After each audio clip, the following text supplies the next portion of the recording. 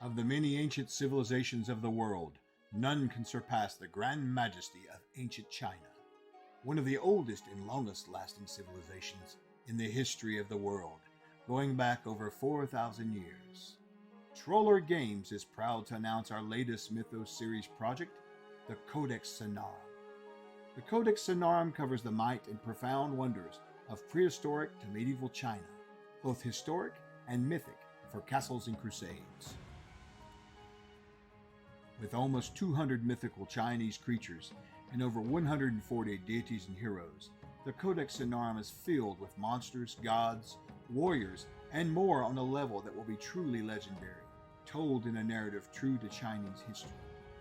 It introduces the basics of Chinese martial arts and is complete with Qi and the many legendary abilities associated with it. Ancient complex systems of sorcery, spellcraft, and fortune-telling, even enchanted charms, are explored as well. Players can live out their characters' adventures in tales set in popular Chinese fantasy styles like wuxia and more, while within a pseudo-historical setting and brought to life by the castle keeper or game master. Researched and written by Brian Young, the wildly popular Mythos series delves into the mythos of the ancient world, bringing hosts of gods and heroes, legends and lore, and even the monsters and foes that plagued the peoples of ancient times to the stories that you create. The Codex Sonarum brings ancient China to your table. Join us and pledge today.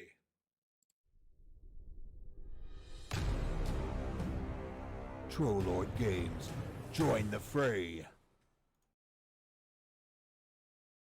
Hello and welcome to QuestJunkiesUK. It's a pleasure to be here with you today, and we are brought to you by the kind support of CZRPG, Phoenix Dice, Trollord Games, and Nathrax 3D Minis.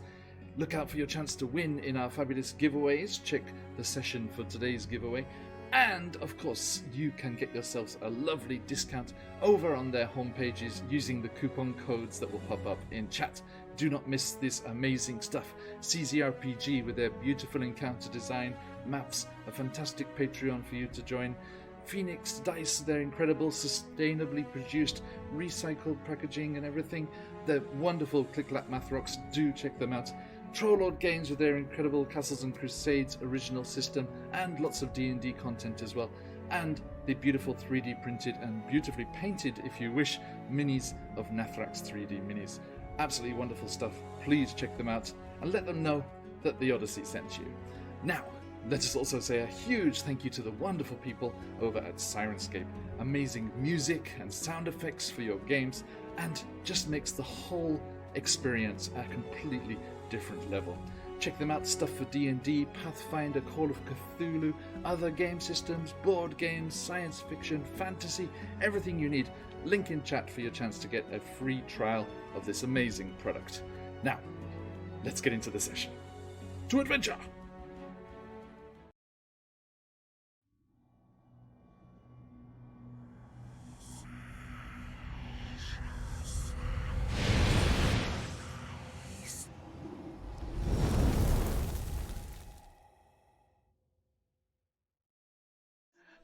Hello, wherever and whenever you are, and welcome back to QuestJunkiesUK. Welcome back to the depths of the Lurkwood as we kick things off for today's Out of the Abyss with this absolute banger for our Halloween season.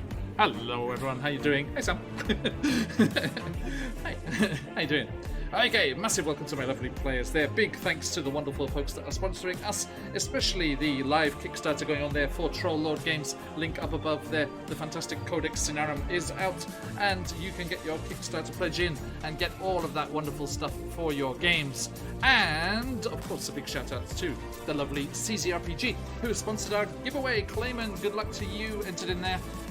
We are this week giving away the Brotherhood of the Griffin, a 30-page tier 2 adventure, lots of new creatures, 6 maps, all sorts of good stuff in there. Please jump in that if you want a chance to win! Exclamation mark enter for your chance to win that in that giveaway there. Now, that said, let us jump in here and give a shout out to our wonderful artist here.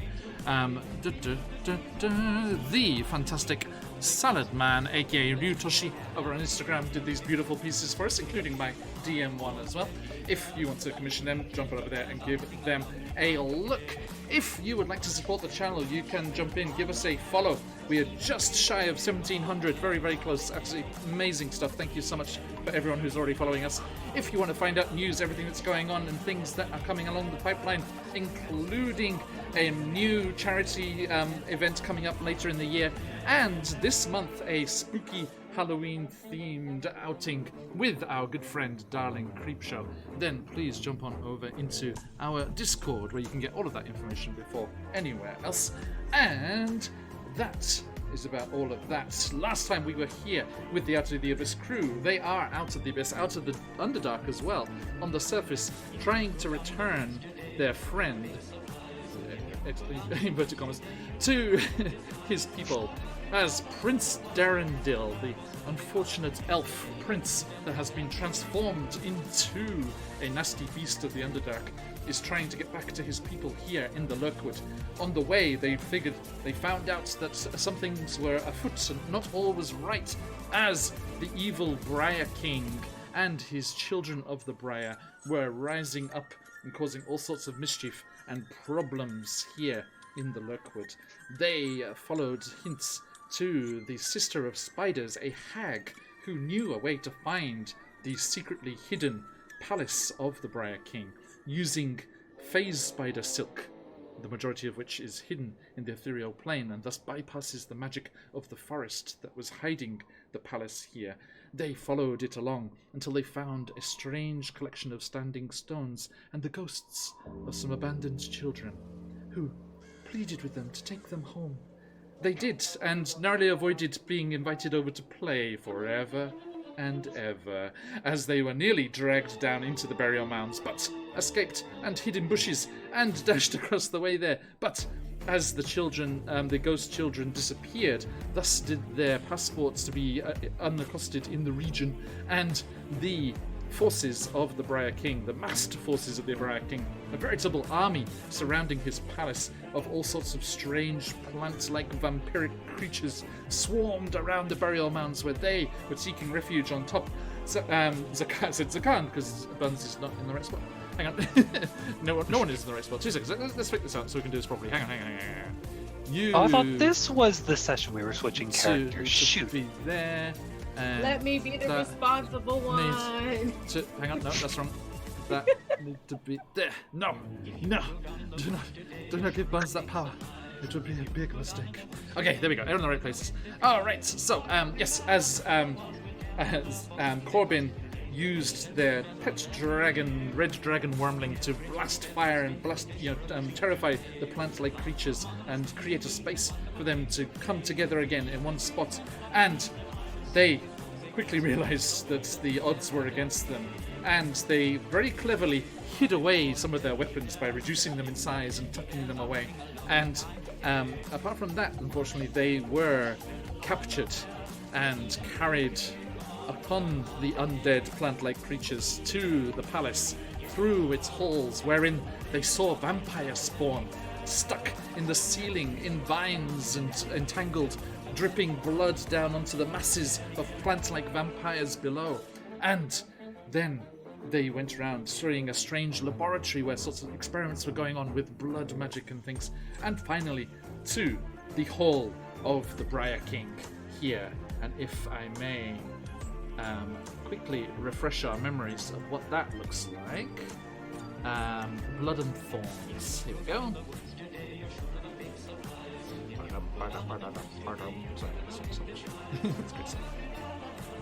Okay, so where is it? Let me get my box text here, and we can see what we're up to.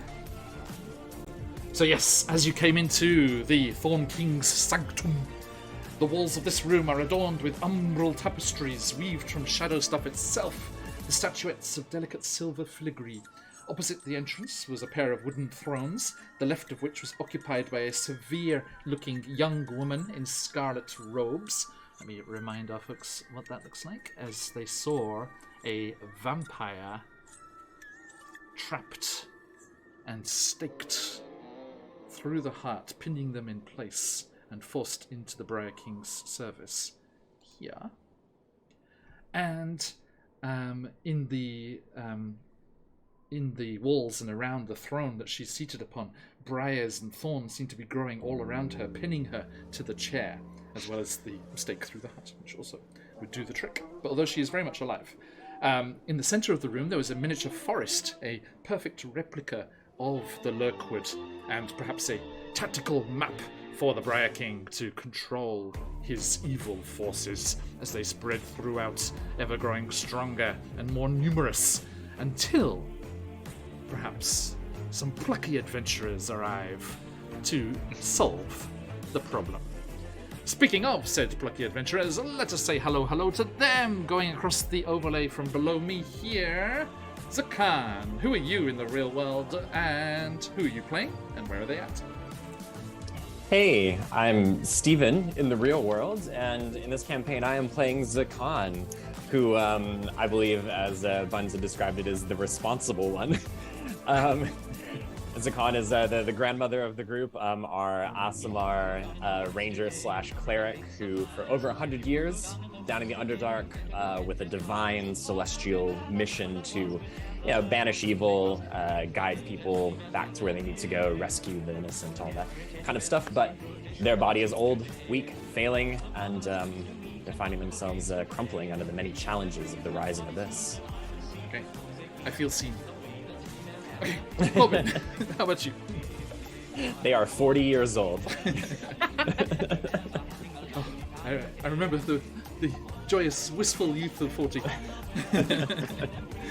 Corbin, you good self. And me, well, in the real world, I'm a fun sideways.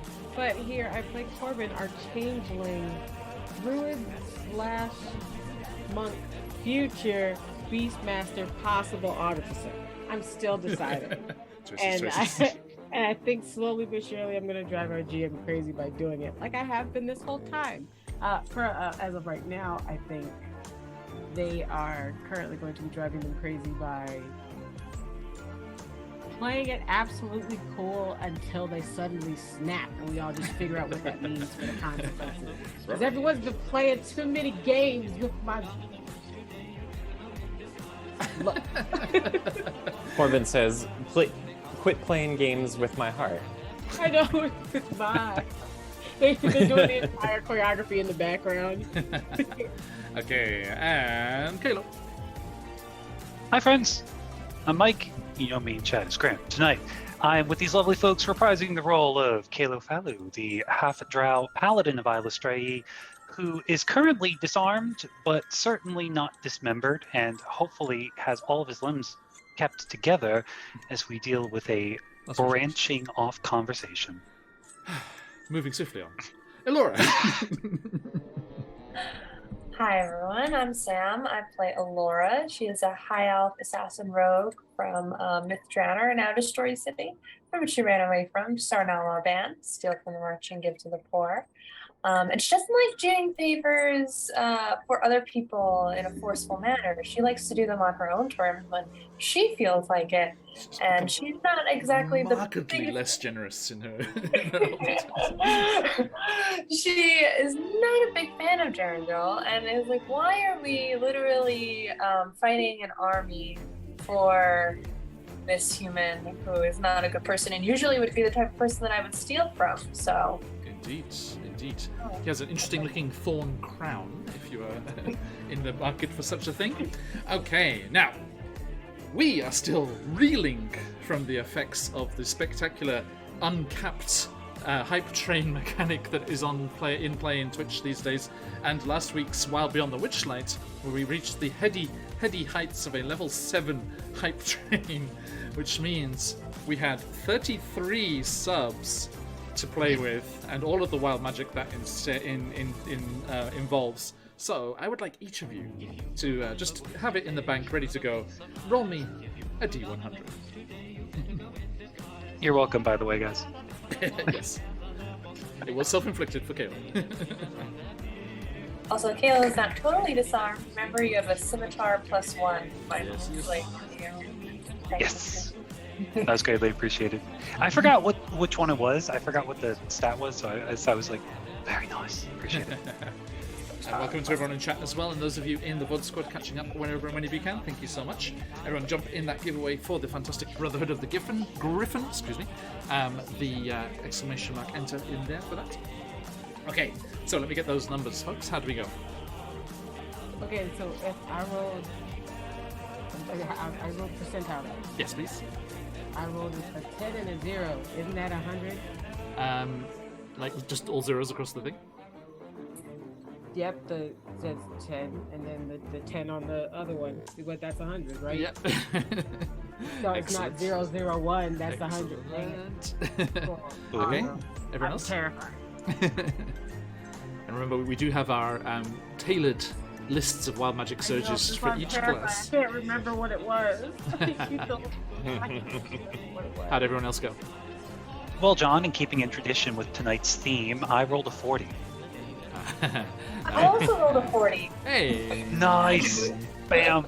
High five. 2 40s. Okay. Isn't that something in the States? It's like a drink, Yeah. right? It is. Okay. Zakhan. I rolled a respectable 35. There you go. Dunk. And for the Briar King, 2. nearly 5. I, Down the bottom end there. Okay, thank you, everyone. So, let us see just what is in store here as we enter into the palace.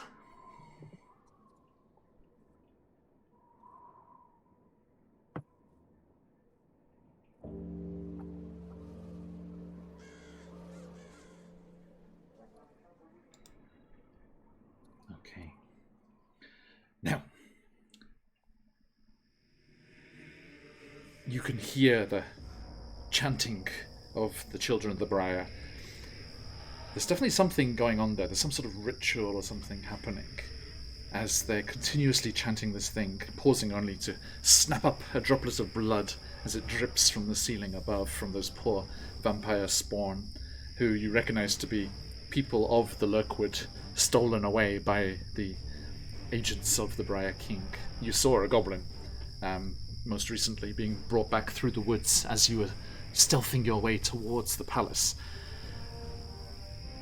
You find yourselves here with these two hulking Briar men pushing you roughly forward, bound with vines that kind of just like extend from their arms and wrap around you. They're in charge of 3 of you each, so just going by how the tokens are there. So one of them has Kalo and Zakarn and Webster, and the other has Elora, Corbin, and Charcuccio. And moving forward, as they move into the room, the Briar King turns, and you can see his almost bark-like skin and strange, almost leaf-like hair. As he turns, he has this elaborate crown of thorns on his head, which seems to be almost digging into his flesh as he's wearing it.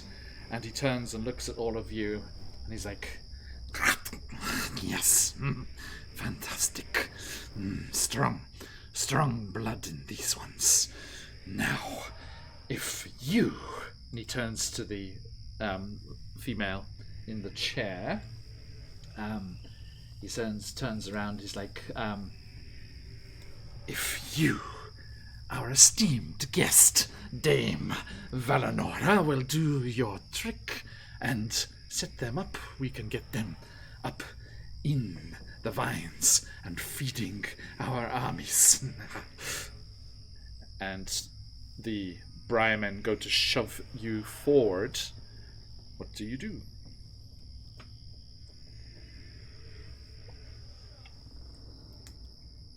So we're still all bound, right? At this point, like even when they release us, we're just there. We could be released, and we're still just kind of bound. It's sort of at the hands, or no, you're restrained. The vines wrap around your arms, pinning them to your sides. Just your legs are free. Legs are free. Corbin. Those monk legs. I know, monk legs like, twitching.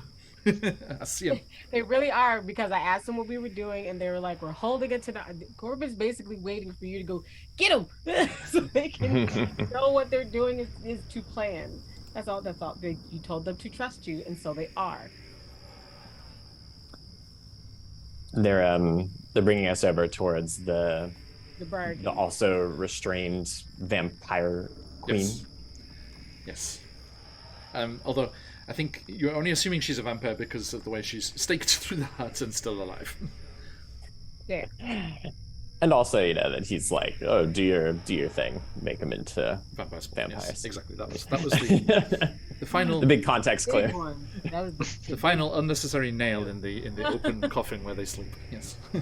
But yeah.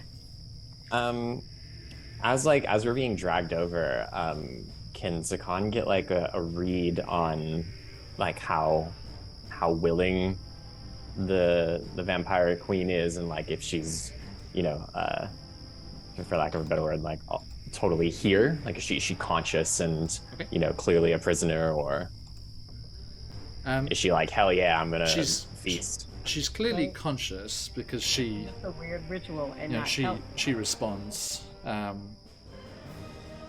She responds when he turns. She's like, "You will play for this. Once my family hears of this, they shall sweep down from the mountains and scourge you and all of your pitiful armies." And the Thorn King turns. "Not so pitiful as to not have caught you. Turned your powers to our benefit. Now hush and drink of these things, lest we destroy you." All right, well, I don't think I need an inside check for that to see where those loyalties are. I guess as we're drawing closer, Zakan turns towards the Thorn King and calls out to him. "What is your goal with all this? To bleed this forest dry? And then what?" "We will have no limits. We shall no longer be restrained to this forest. We shall spread across the land, drive out the evil that strikes at us and destroys us." So, and then looking towards the rest of the assembled group, all sort of huddled nearby, Zakan says, "Well, I suppose we can't let that happen, can we?" And muttering a divine word in the celestial language, they cast Misty Step. Ooh. Excellent. Okay, now that will instigate things. So let us roll some initiative. Hooray! Get the cool Kalo thing where we get like +2 to it. Yes, we do. You all get +3. +3. See, it was more than what I thought. So I assume we're all on the same page there, or kick things off. Just making assumptions. If we're not, Whoop That Trick starts playing in the background. Nuck If You Buck starts. Nuck If You Buck starts playing. All right. So. Oh, there it is. Okay. Let me add you in there, my friends.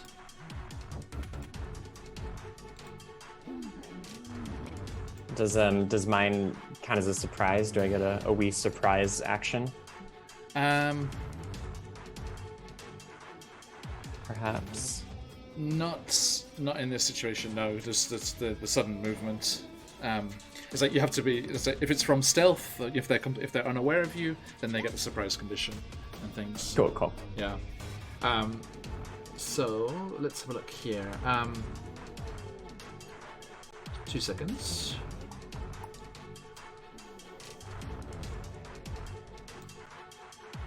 Need our friends in here as well. The Briar King. Oh, we actually all did pretty well. The Briar Man. And just for the sake of it, the Duchess, or her Dame, whatever her name was. Excuse me. Okay, where's that big D20 of mine? There we go. Yeah, well, I got 18 minutes plus 3, so 19, 20, 21.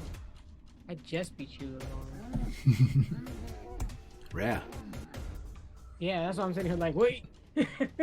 You can follow me up. We got this. We're just gonna go 1-2. We got this. Wait a minute, we all go before Grandma Zakan. Hold on, this entire operation was your idea. They were just they're like smoke. They were the literal smoke bomb to all of us. Right? Oh, of course it gets a freaking 20 ton. No, Meta Gaming, you don't know that. What are you talking about? It's on Roll20. I'm not saying. Kalo does not know that. That's true. We still have hope. That is... Grr. We're faster, right? Grr. Grr. All right. Yeah. Before we kick off, did the Misty Step happen? Yes. Just for placement purposes, since Absolutely. it's verbal. Yep. Where were you planning to go? Directly next to our friends here. Wait, the vampire or the bird? Right next to the vampire. Okay. Oh, okay. Hey, Mooncloud.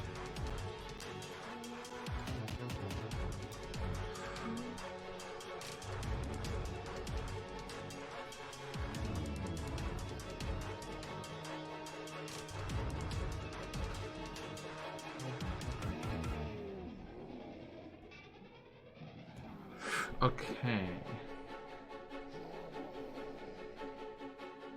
So, I'll just double check here. Okay. So as you trigger that there, Zakan, and you just disappear out of your bindings, and over there, the King of Thorns. Sorry, I've been misnaming him for the Briar King. Sorry, the King of Thorns turns. He's like, "No, you stay put," and he turns, and the thorns on his brow, on this crown of his, just elongate and shoot out into the walls and the floor, and the entire room erupts into elongated thorns and briars, and they all stick into all of your flesh. I need you to make a dexterity saving throw. Ooh. Papa do not like. Got a natural 20. That's 4. Nice. Wait, is the dexterity for everyone? Yeah, dexterity saving throw. Yeah. Okay, I'm sorry. Now, at disadvantage. Sorry, Sam, because you are restrained. Ah. Oh, of course. Actually, Still. is it even a thing with if you're restrained? Hang on. Yeah, what are we doing? Because I just rolled a 23. Please tell me. Look at those Good conditions. news, please. Good news, please. Thanks to D&D Beyond, Restrained. you can easily check the conditions tab. Yes, disadvantage on dexterity saving throws. Oh, lovely. So yes, roll with disadvantage. Please. Alright, well, I still got it. With the second one, it's just 15. I rolled a 15. Okay. 22. Nice. Hey. Ooh. So that's going to be... Just double check I'm doing the right thing here. Okay. Oh, sorry, my bad. I haven't... sorry, I haven't used Entangle too much before. Sorry, Strength saving throw. My bad. My bad. Oh, that's much different. Apologies. Can we keep the roll and just change the modifier? Sure. All right. I was about to re-roll all over again. Really That's a working a little well. Lances. Which one are we doing? Are we rolling or are we keeping them? I think it's the same roll. We just changed the modifier, unless John tells us otherwise. Yeah. Yeah. Well, then I'll slightly better. Okay, so 19. 19. Okay. Corbin. Mine goes down to a 14. 14. Okay. Kayla. 16. 16. Elora. 12. 12. Okay. I'm right here, Laura. We got each other. We got this. Elora. The phrase is, meets it, beats it. Yay! Whoa. Hey. Our Thorn King, whilst jumped up and empowered by the magic of the wood here, is not that strong a spellcaster. So you are... Actually, hang on. Did you say 11? 12? 12. 12, okay, yes, yeah, that's amazing. Okay, so that happens. And So that happened. so yes, yeah, there is. Sorry, I was just checking because there is one that is a DC 13 saving throw, but it's a different deal. Okay, so yeah, so you all managed to bust free of those. And that is good because this is a special kind of entangle, which also does a charm effect on those restrained. Amazing, awesome. Yes, and because I am a kind and generous DM, I'm also going to say that Always. that strength saving throw releases you from that restrained condition that the three of you were in. Aww. Cool. Zakan was already out, so Zakan, you didn't need to roll with disadvantage. But as you strike through and you pull these thorns off yourself and you attempt to break free from this charm effect, the magic of the charm effect goes awry and sparks and sputters and glows throughout the space, and those wild magic surges kick in. Here we go. Great. So, let's see. Elora with a 40. Tiny Alora, tiny Alora. No. A return of Nor. Okay, What is it? this might actually be okay for Elora. Ooh. You temporarily forget the part of your life that formed your background for the next hour. Oh, Okay. You've forgotten How? your royal duties. So I'm still in the forest in my brain. Yeah, apparently. And Kalo Paladin with a 40 as well. Let's see same here. thing. Okay, All right. Kalo. Until you rest, you feel compelled to phrase all of your agreements as promises. Oh. Okay. All right. Let's have some fun. Corbin, your main is druid, right? Yes. Druid on main. No, my main one was monk. Monk? I did druid after. Okay, monk is still the stronger one. Okay, a 100. I hope this is useful. This is either going to be great or a bit of a shame. You regain all of your expended ki. Had you used ki so far? I think I had. I think I was down with 2. On to the Full of key. So yeah, any ki that you had used is replenished. Yay! I gave that 2. So I was like half full. Yeah, nice. So I think you kind of take the, your druid side like channels the energy from those thorns, from that plant's life into you, and transforms it into ki.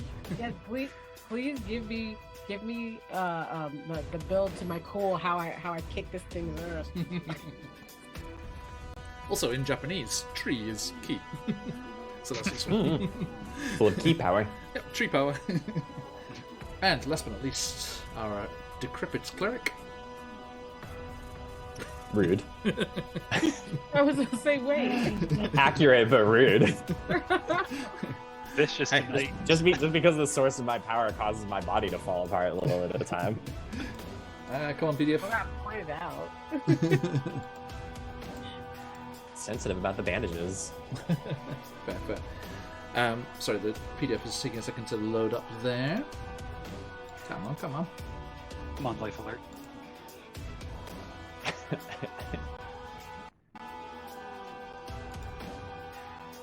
Got this. Okay, there we go. Zakan with a 35 on the wild Ranger magic. is still my higher level. Say again, sorry? A ranger is still my higher level, but Oh, whichever okay. one's more interesting is also fine. Well, we should go with the main class usually. Thank you for that. I forgot that. Okay.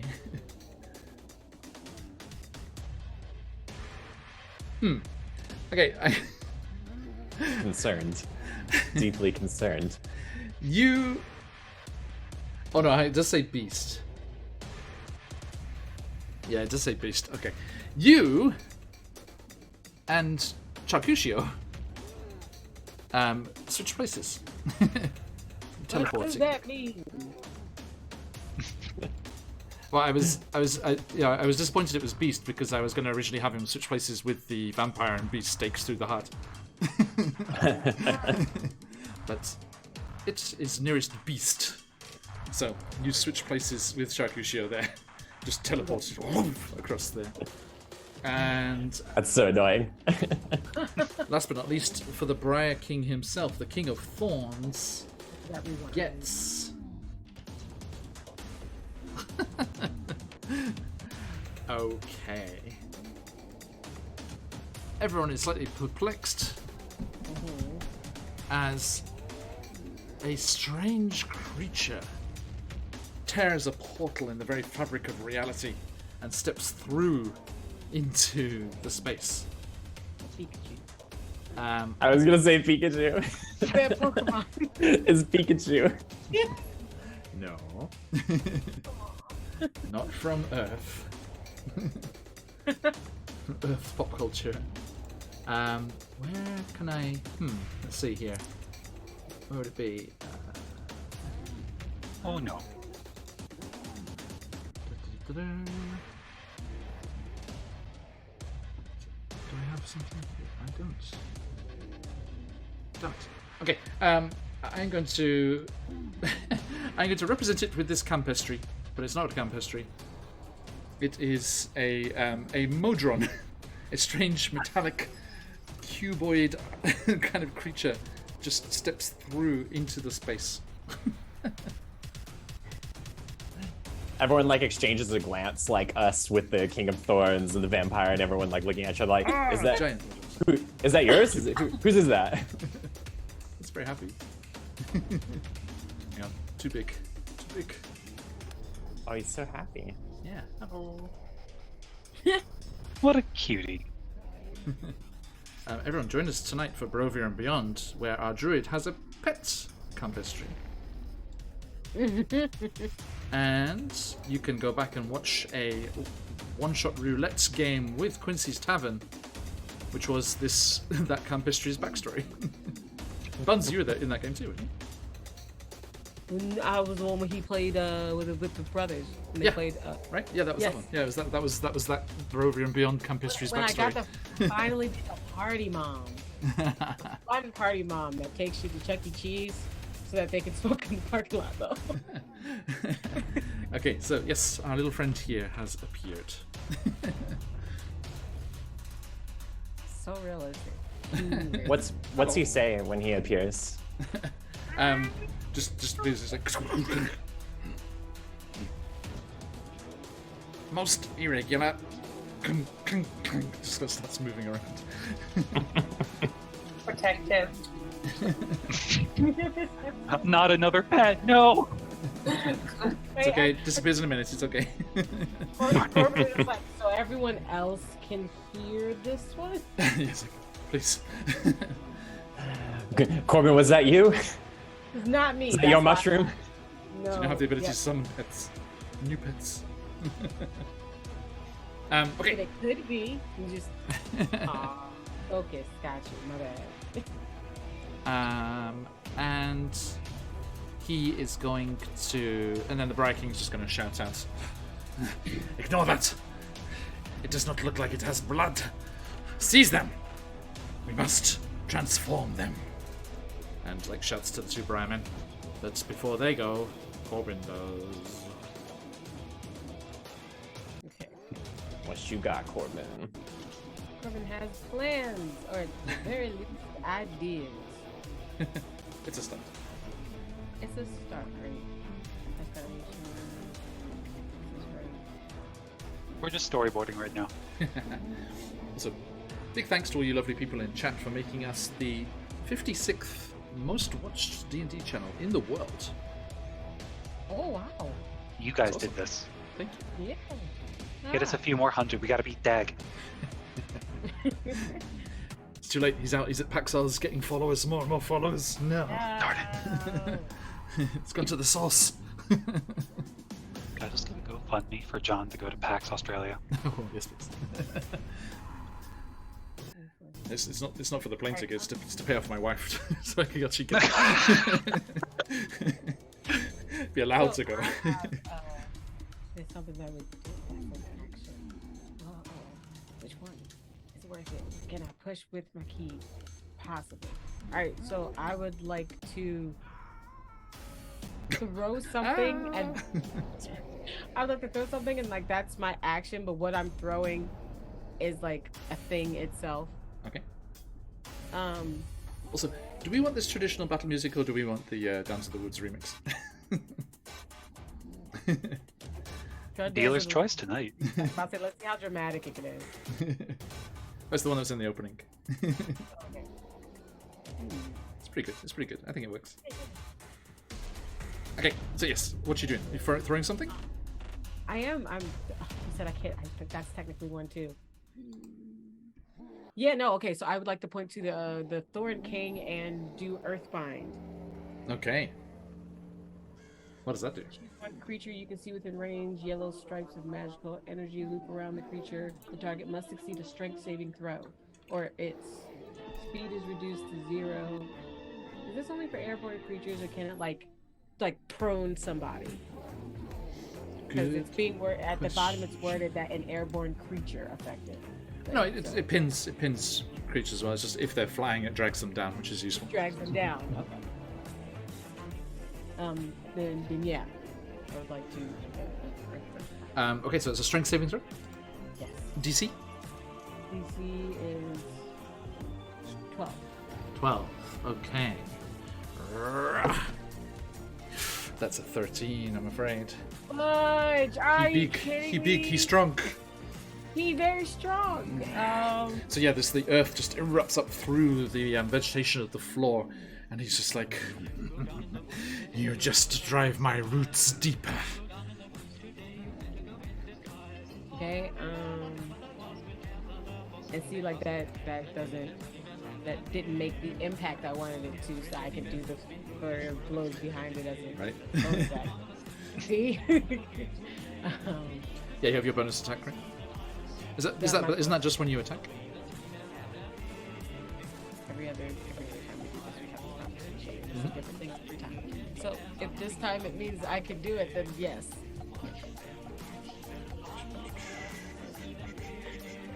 If it's just an action, then I have flurry of blows as a bonus.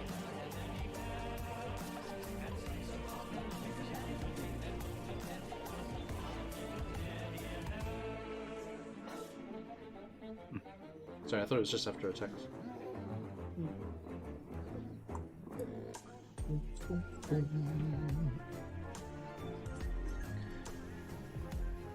So, is there any damage on that, or any half damage on a success?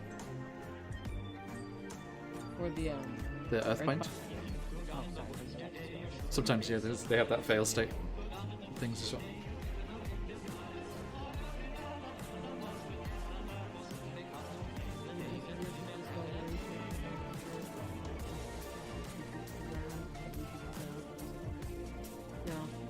It was concentration, so if I got you, I got you. Okay. It doesn't do anything for it. Yeah. Okay, yeah, Flurry of Blows is only when you take the attack action. Yeah. The other thing is that the other option I can see me actually having is for me to yeet a certain staff at our friend. Uh-huh. What staff would that be, Corbin? It'd be a staff that I named a lovely name. That name, that's his Shillelagh. Is it and say the giant as a giant python goes to wrap around it. Your python's a vegetarian, right? It can take care of that. Yeah, and it doesn't have any blood, so it's not like it can do anything with it. So he was dieting anyway. No, there will not be some turn against the masters stuff. It's a giant constrictor, right? Mm-hmm. Okay. The so big here we green guy. go. Yeah, here he comes. Oh, you are the thickest one. There he is. I just envision Corbin just yeeting the staff, Shillelagh! And then just it pops up and it's like, what do you want now, Mom? Ugh. Kind of. Like if we were still restrained, I was gonna say they jumped and like it slipped off their belt and then they kicked it forward so that it would go forward at them. I was like, but I got my arms and I don't got a reason to do it now. Okay, yes, so Shillelagh. And it changes into the giant constrictor snake there. And there.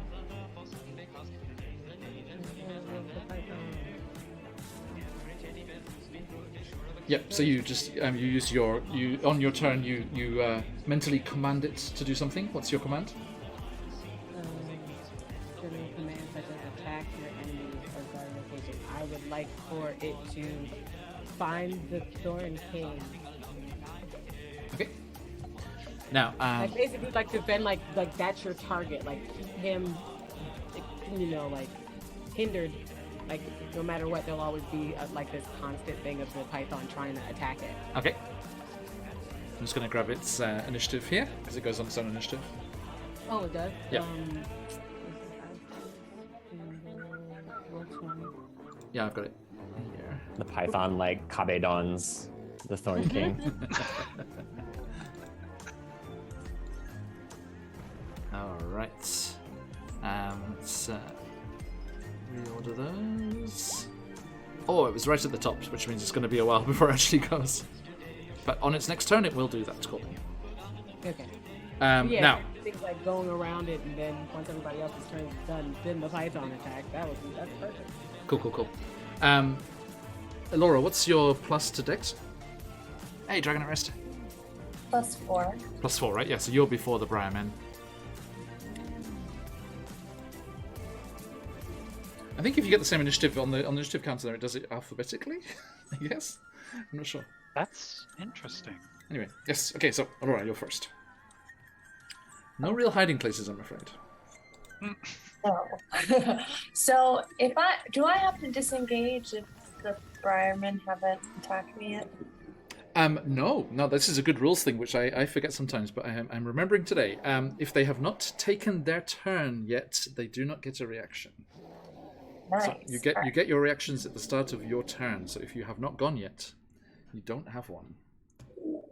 Awesome. It's very good for me to keep in mind. I'm gonna run over to our vampire friend and be like, listen, we want the same thing. How can I get you out of this? Okay, let me just double check. Zakan giving a thumbs up from the back, having been swapped with a spider. Same mind. I was just double checking the Briar King didn't have any 10-foot reach attacks. Because he is a big boy, but they're all 5 feet, unfortunately. Big boy, little arms. Apparently. T-Rexing it. Okay, and so yes, you dash over there and you say that to her, and she just looks to you and hisses, very well, I suppose for the meantime we could work together. And Only have something to gain. Jude, can you make an athletics check, please?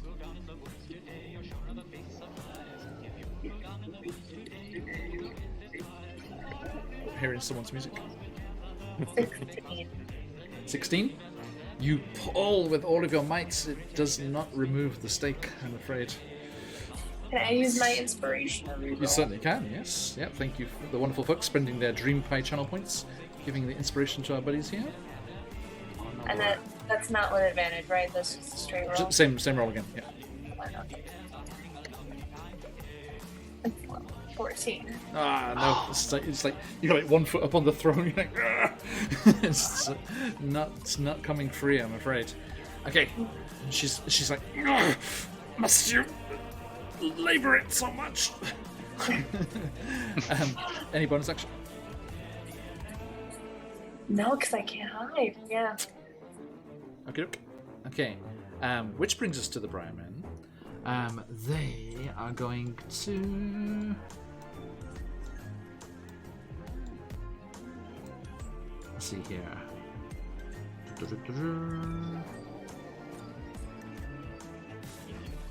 Okay, yes, they're going to try and grapple you.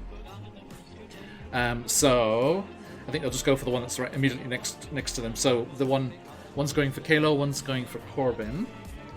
Mm-hmm. So Corbin, only a 9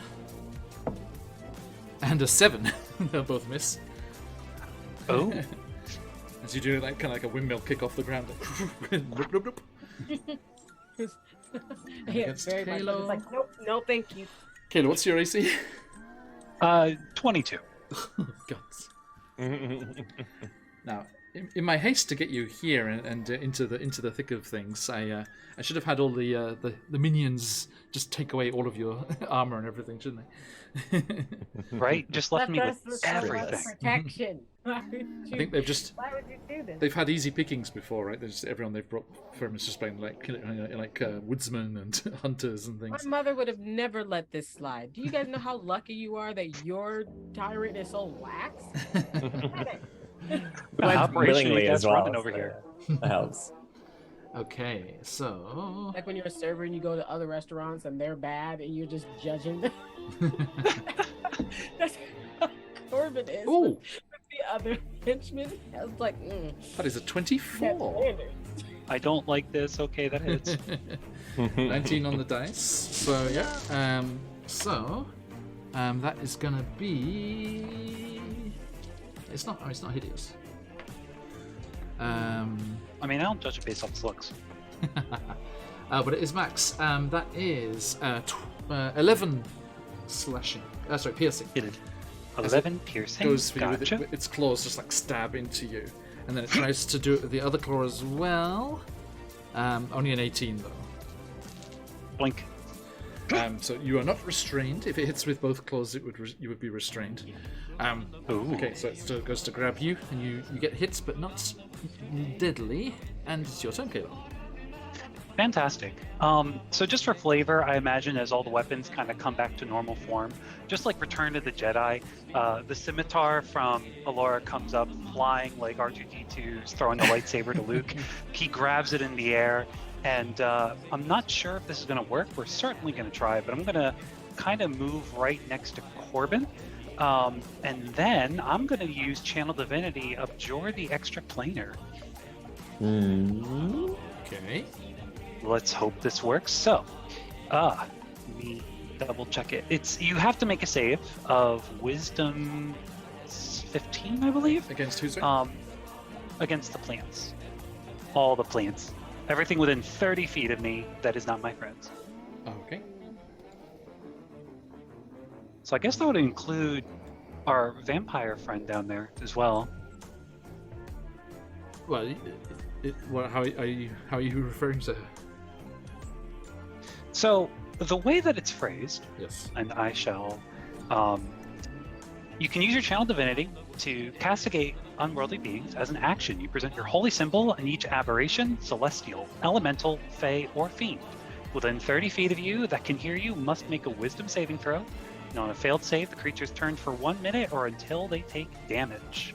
Turn creature must spend its turns trying to move as far away from you as it can and cannot willingly end its move in a space within 30 feet. The undead wasn't in the list, was it? Let me double check. Yep. So undead is totally okay. Mm-hmm. So I guess so then the vampires- vampire friend is fine. Yeah. But, The the plant's okay. the three of them are also undead, but they have fey blood, so they count as both. Hooray! You're a blessed DM, thank you. So wisdom saving throw. 15, please. Okay, so Wisdom the 15. the King of Thorns has a 5. The left Briarman 6. The right Briarman beats it. Okay.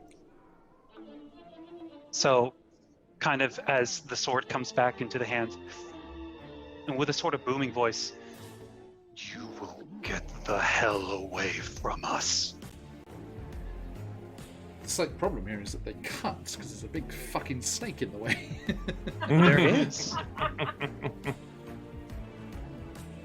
So, I mean, it says it can't willingly stop within 30 feet of you, but I guess, I mean, it's not willing if they're blocked, I suppose.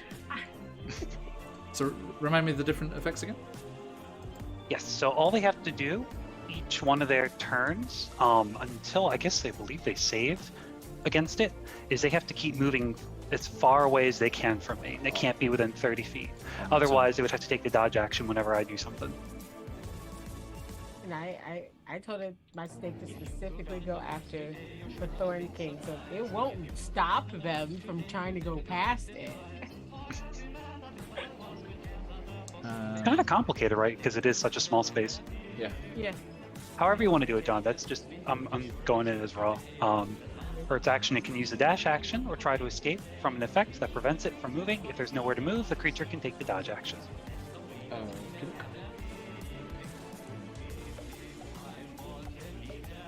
And that's it. Noted. Okay. The vampire can do nothing. Zakan. With the constrictor snake on deck. Just to check, all of our weapons, including Zakan's holy symbol, those we secreted onto our bodies somewhere in a small form. It was one weapon each. One weapon each. Mm-hmm. All right. So I think and perhaps I will regret this, but I need that holy symbol. I think the glaive is still outside then, or confiscated or whatever. And I'll say that what they have on them is their Zirkwood staff, just so that I can cast spells. Yes. It's a good thing to be able to do. So I think what happens is that that wild magic surge happens, and Zakan, arrives towards the back of this chamber, and whereas they've been relatively normal for a little bit since coming back, that golden sparking and almost static starts to build up again.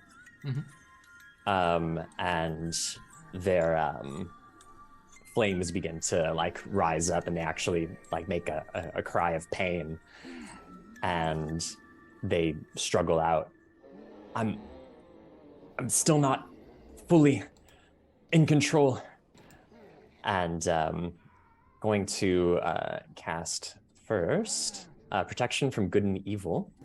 Okay. Ooh. As their eyes begin to go white gold, and their body starts to sink down to their knees. So protection from evil and good is active. And then from is it saving throw to attack you? It is disadvantage to attack. Okay. And also can't be charmed, frightened, or possessed. Okay. And then as that sort of metamorphosis is happening, their form, a golden version of their form, kind of almost half separates from them. Yeah. Mm-hmm. And that energy morphs into this crescent moon shape that's golden and sharp, and we're casting as a bonus action. Oh wait, you can't double cast. No. Oops. We are not casting as a bonus action. As a bonus action, then what we are going to do instead is... Only if the full spell's a bonus action and the second one's a cantrip. That's right. Can I reverse those real quick? In what way?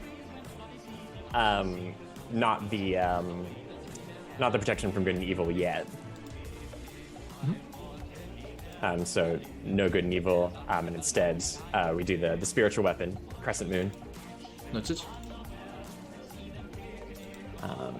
So that appears, and when it appears, it can immediately attack a creature. So it's going to attack the old Thorn King here. Where are you conjuring it? I'm going to say that it conjures basically like right above them where they are. But for the purposes of the board, we can... yeah, that'll work. Okay. Do it there. And so it makes its attack. And like, Zakan isn't directing it or anything. It's, their body is like still and they're on their knees. Okay. That's going to be, I wonder if this will hit, a 16? Does not. Does not. I think it hits, but it just like thuds off the hard like wooden like surface. Yeah, it's kind of still forming. And then for the action, what we will do, which was the plan for our next turn, is we're activating Radiant Consumption as that golden flame light begins to go more and more out of control. Okay. Thank you. I should have thought on you. Not again. Burn, burn, yes, you're gonna burn. Okay, Corbin. So that's all Snick. creatures take 4 radiant damage, including Snick. Sorry, Snick. Rude. On your turn? At the end of my turn. So that's within 5 me, feet or what? Within, I believe it's 10 feet. Yeah. You got the snake and Chakusho. You're in trouble, boy. Okay. How much damage? It's 4. Okay. Rude. Rude. Hey, Turbo. You are getting taken. And that's radiant? Radiant, indeed. Okay.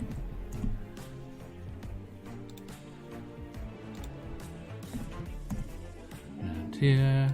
It's okay. Chakusho down to a measly 71. Wow, on its last legs there. He's drunk. He's drunk. And the snake on a measly So many legs. 56. Oh, well, they'll both last longer than I will then.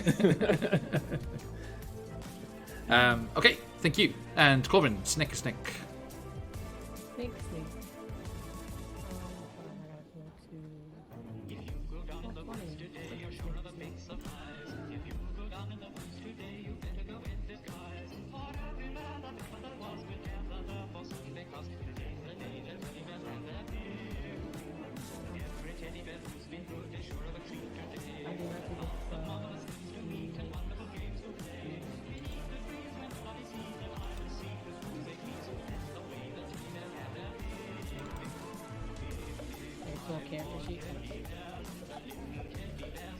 I think did I give you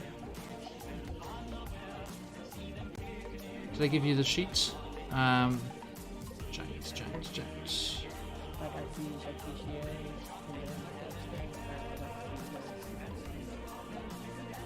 There are your snake. Giant creatures. There you go. Yeah, I think you have access. If you select the token and then shift double click it.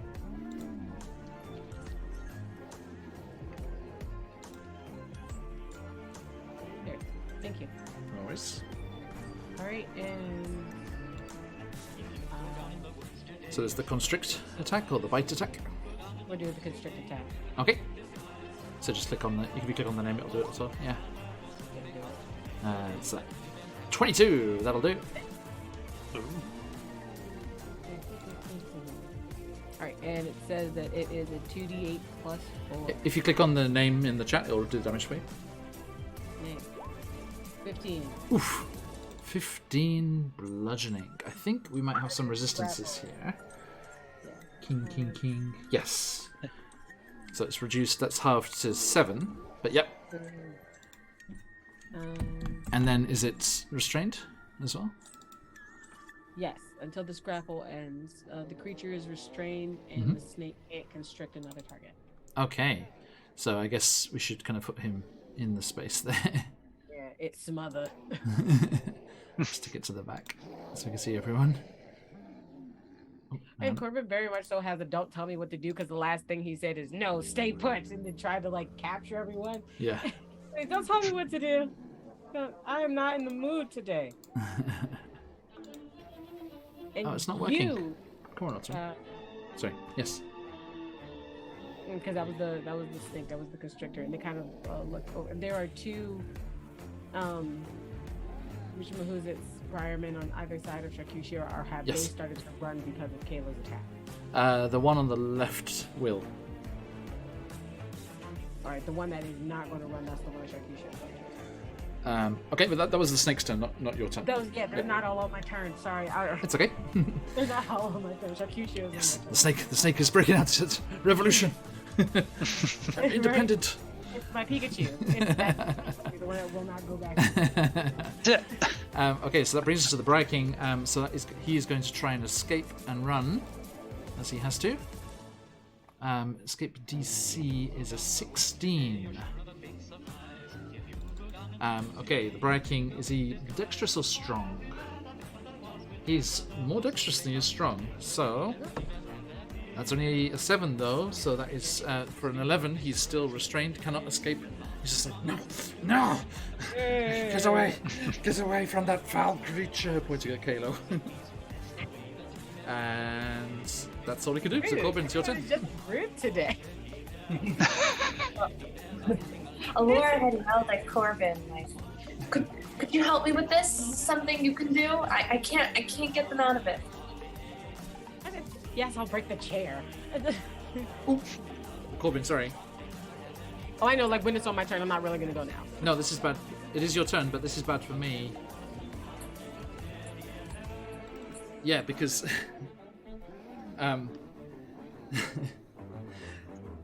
Kalo is forcing me to do this. I would like to have used this for something else, but the King of Thorns has once per day his legendary resistance. So he's going to use that to auto succeed on the escape. Victor or on Kalo? He's going to use it to auto escape from the snake so he can run away. Okay. So he is going to run. So from there up to there's 10 feet. How far can we go? Yes. Does it say he has to dash, Kalo? No, just move. Make sure it's out of 30 feet. Otherwise, it just needs to take the dodge action. But it says trying to move as far away as it can. So it has to dash if it can, right? So in that case, yes, so it would be correct.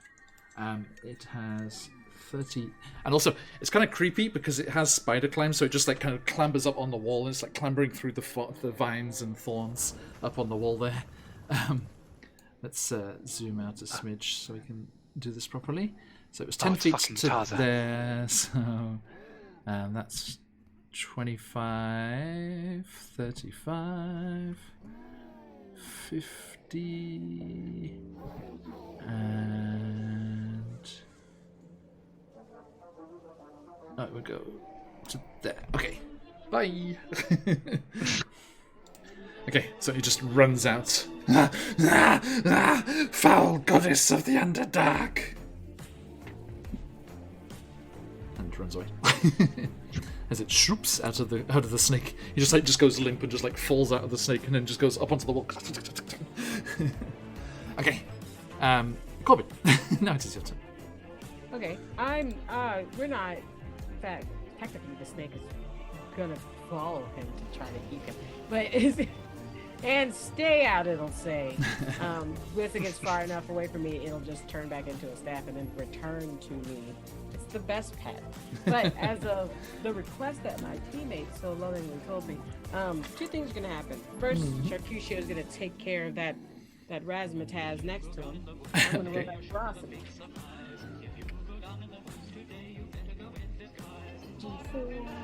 Everyone, we're using the Matt Colville rules for companions here, and they get ferocity each turn to see if they lose control. We love you, Matt. How freaky would it be if he was like, thanks in chat? Like, oh shit. He's been summoned. He's been summoned. Okay, they will. They can do their signature attack because. Okay. Which doesn't take anything, so I can save that for you for next time.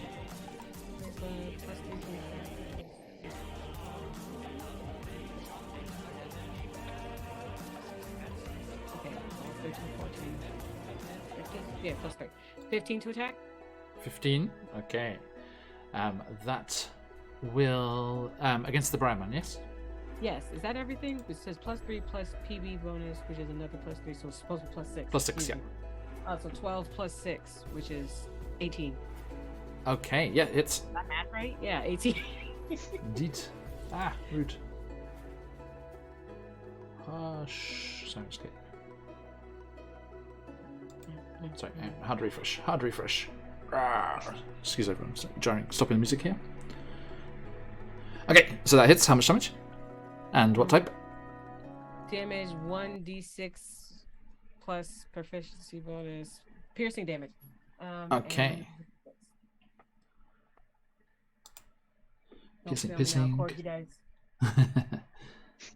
4 plus the 3, so that'll be 7. 7, but it is resisted to 3, I'm afraid. Well, so take something. Yes. He is damaged. Yes, so it kind of like jumps on him and like like as he's trying to get away, and Corbin's gonna turn around to how far away am I from them? To roll 20. 5, 10. Oh yeah, I'm not that far at all. Yeah, I don't even have to dash. Yeah, I would like to run over to the pretty vampire lady, and I thought you were saying nice things about Laura. they're the other pretty lady, though. It's fine. I'm showing off for that pretty lady by saving the other one. Gotcha. So, and it's kind of like they run and put the. You said earlier they had their feet like up on the throne.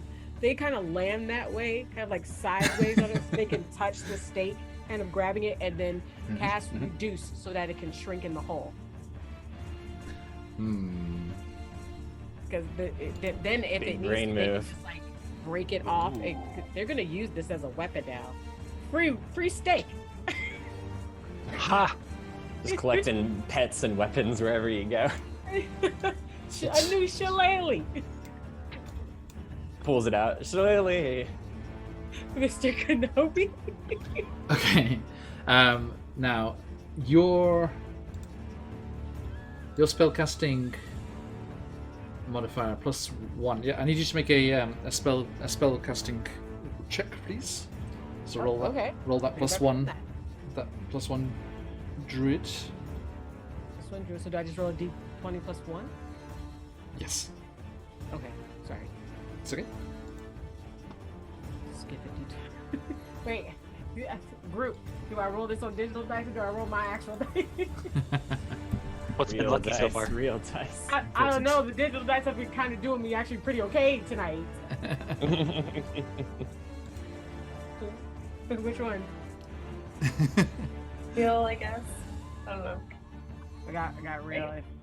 That was a thing anybody would say. Okay, I'm doing the digital dice and closing my eyes. Okay. Here goes nothing. I would like to re-roll that. You have a crystal. Because I rolled a 6. Oof. What was that? I wouldn't cut it. Right. No, thank you. And that's why I don't use digital dice. I tried to believe. Here we go. Sith dice. Loud. And a 15 plus 1. 16. 16? Okay. The DC was the same as the athletics checks to pull it out, is a 17. So as you try and cast your druidic magic into this thing, it does not succeed. And as this is a living stake made of an enchanted mandrake root, that attempt triggers its shriek attack. And I need everyone to make a Constitution saving throw, please. Unbelievable. Those freaking mandrakes. I'm tired of these mandrakes. You know what? I don't care nothing about these mandrakes. You know what? In the spirit of everyone expending their inspiration crystals, John, I will also do the same. That's it. Not very good, even for me. Not good enough. Just roll that.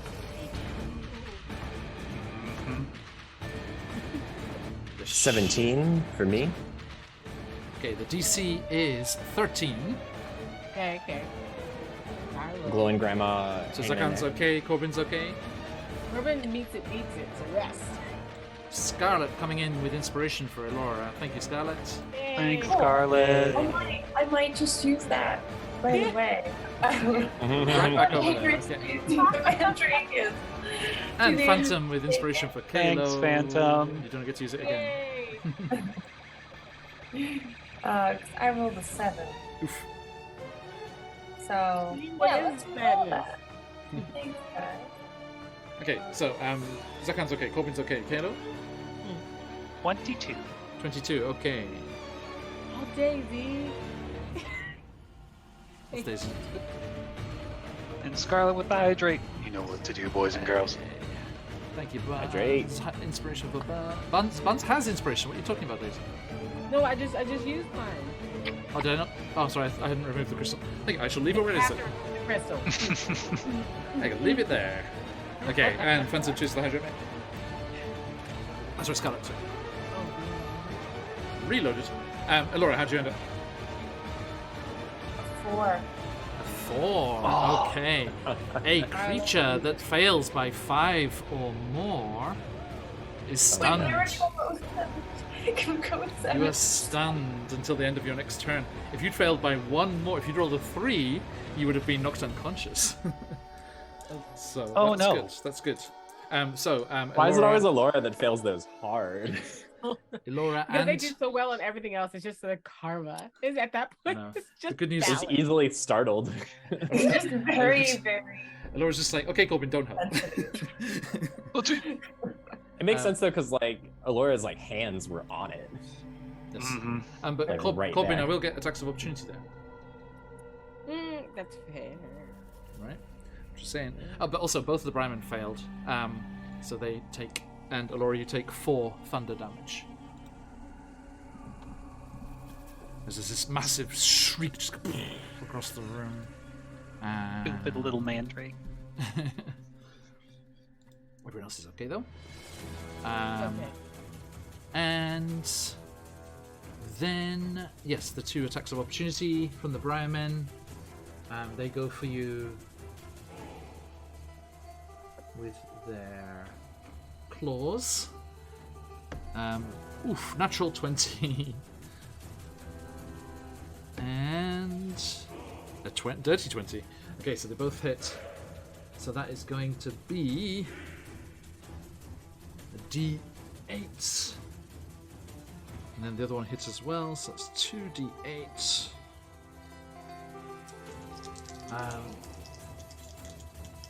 2d8 plus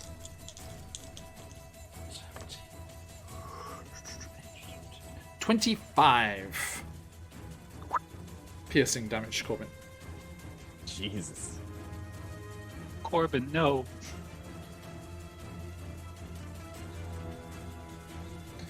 As both of them just like slash and rake across your back as you turn to go towards the throne. Explain to me how the one that ran away and the other one that was getting his face bit off by my pet dragon is attacking me right now. They just lashed out at the movement. They're like, oh, shinies! And Elora, your turn. I have a question that I know the answer to, but I'm going to ask anyway. Please. So I have lesser restoration. It says you touch a creature and can end either one disease or condition afflicting it, but it says the condition can be blinded, deafened, paralyzed, or poisoned. Doesn't count, right? On the thorn? On The myself, vampire? Oh, because I'm stunned. no, I'm sorry, Right. you're stunned, so I'm afraid you actually can't do anything until the end of your turn, and then you come back. And Vamp Wickman, the aptly titled Vamp Wickman with an inspiration for Elora. Thank you, Vamp. So I'm afraid. Who's this doing nice things? Thank you for the bits as well, Vamp. Good to see you. We have a vampire. Vamp, there's a vampire. Help Just your for kid. you. Thank you so much. That was a delayed sound effect. Yeah, Vamp, there you go. Just for you there. Admittedly, stakes through the hat and unable to help out at the moment. But Stick through the heart. Holding You're my to head. blame. You give. there she angrily and stakes there. With the mandrake root stake there. Okay, so the Briarmen. Well, the first one just runs. Bye, Briarman. What's his thing? 30.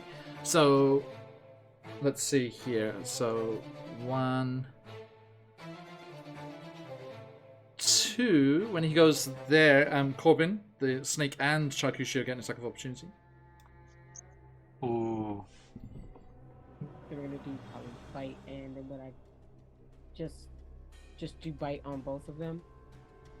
Sure. Because I can use my ferocity. I couldn't roll ferocity for No. Charcuterie, could I? No, it's just on his turn. Okay.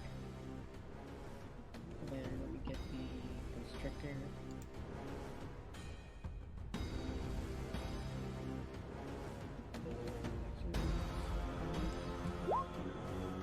Misses, I'm afraid. Alright, and Charcuterie +6.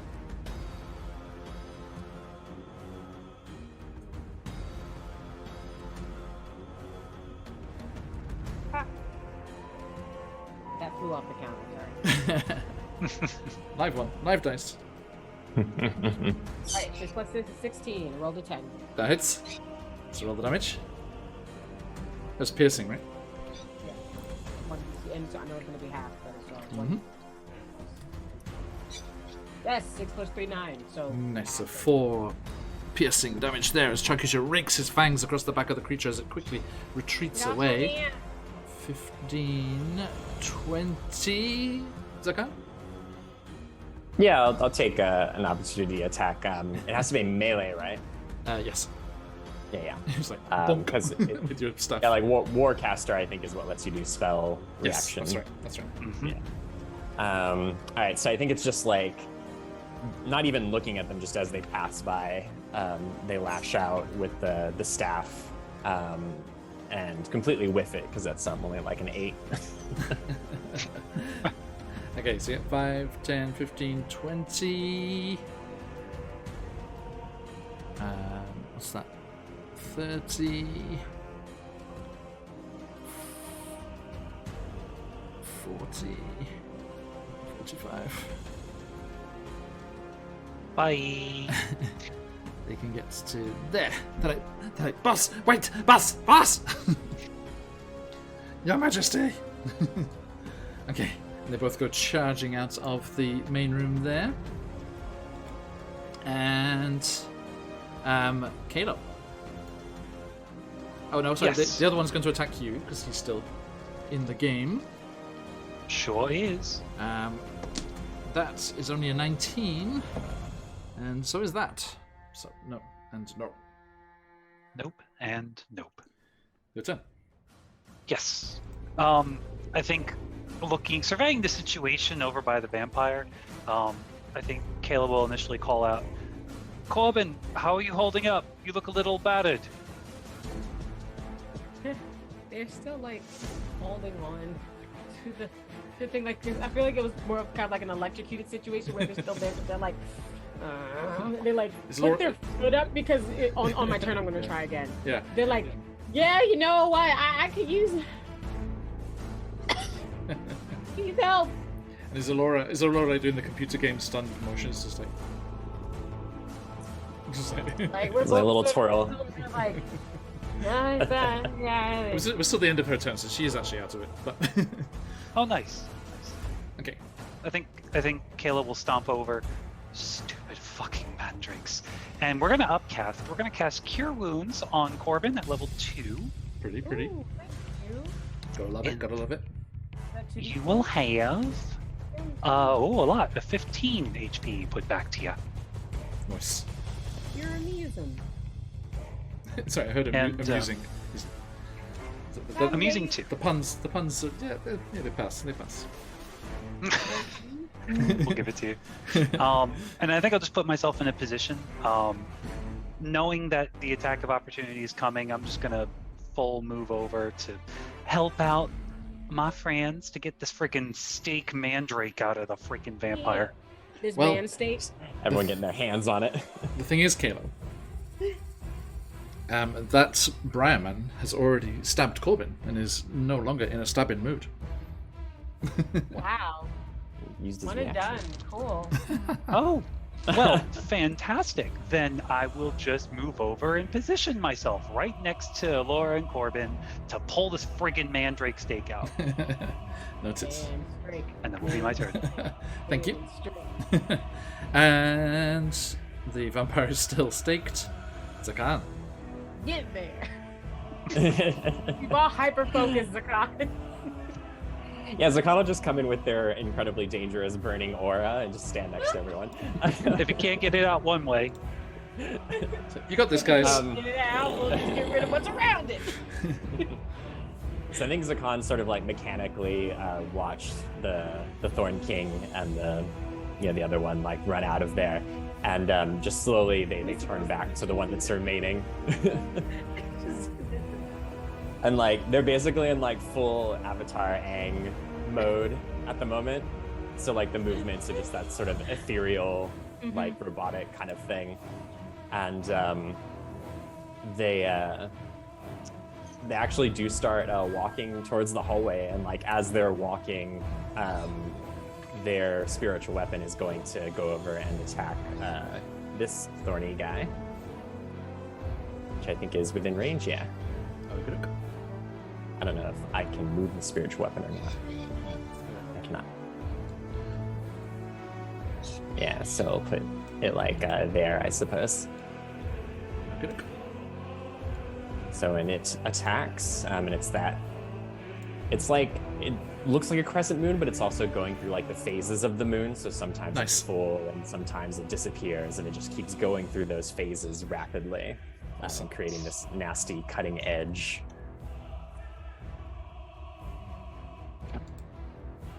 That's going to hit. That's a 25. Also, oh, So let's roll some bones on that.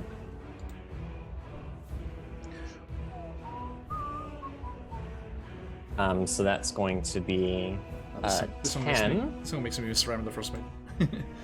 This is from the that soundtrack. So 10 damage plus an additional 7 in radiant. Because that aura is active. Okay. And again, charge Constitution on the snake again. As I'm going to move after this, and they're going to basically just calmly walk towards where the rest of them have gone. And as they're walking, that like golden double Zakan that had sort of come out of their back, it sort of grows to like surround them. And that's going to be, as my action, protection from good and evil is now. Nice. This radiant force just rises up around you. Okay, and you move. Yeah, move your token then. 3, 4. That's what, 20. How much do I have? I have 30 walking. Yeah. 25, 30. Yeah, so I think they're here. So Zakan just, like turns around without saying a word, walks down the hallway in pursuit of the other ones. Okay. Noted. The snake, Corbin.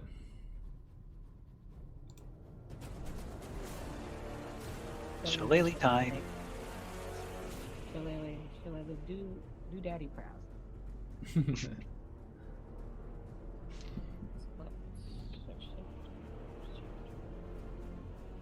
Get out of here, Sharkushia. Oh. We're gonna go for a bite this time. Against the Brahmin.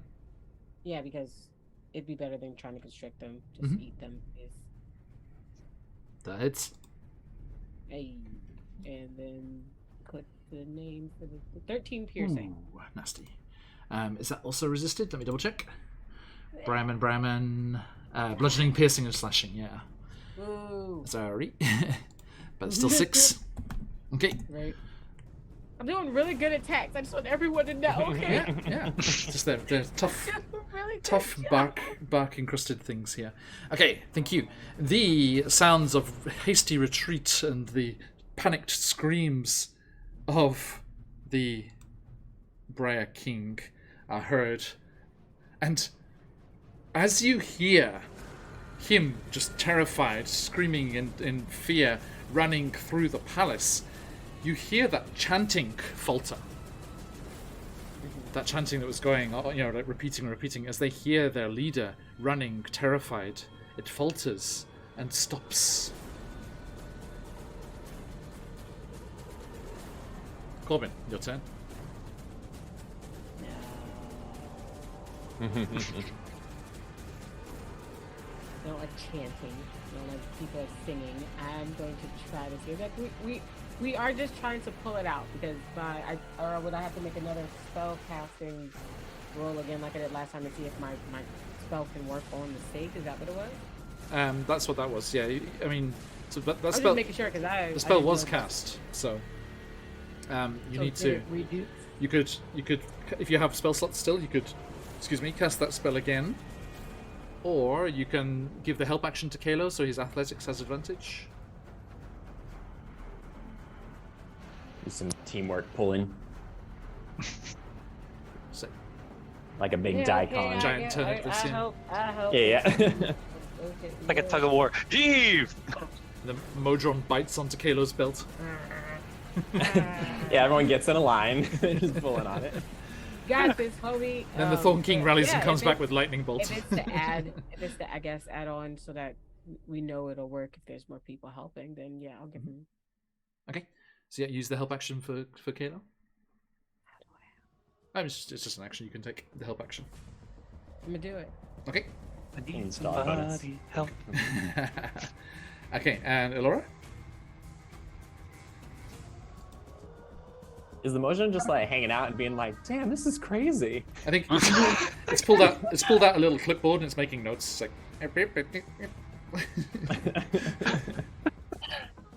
Is he judging? Is he scoring? Who knows? Right? Who knows? Both. Am I totally fine now? I can take actions and everything. yes, indeed. So Laura just goes, I'm clearly not the brawn of this team. I'm gonna leave this one up to you two, and then just goes dashing for the fireman in front of me. Okay, yep. And you can go through your friend's space for 10 feet if you want to just go straight there. Yeah. Or take the long way around, either way. Alright, I'm gonna use Dawnbringer. I whip out Dawnbringer, it enlarges. And I'll get an 11. 11 is not enough, I'm afraid. I'm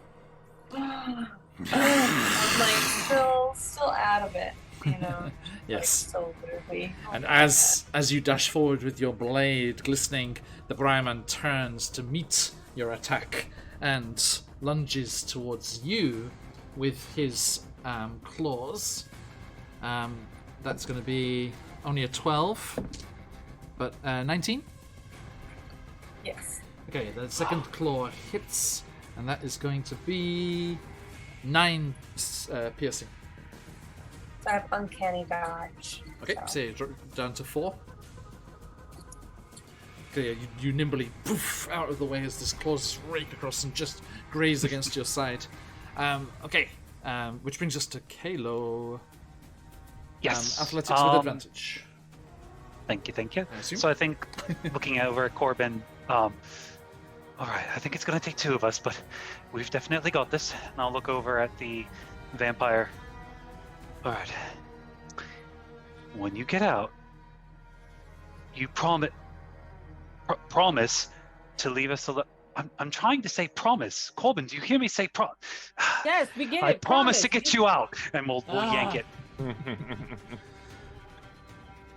So, Athletics with with advantage. advantage, thankfully, because the first one was a natural dang. 1. How's an 18 Hey! 17 is the DC. Okay, so Hey. she grunts. She's go? Awesome! For Scarlet. Awesome!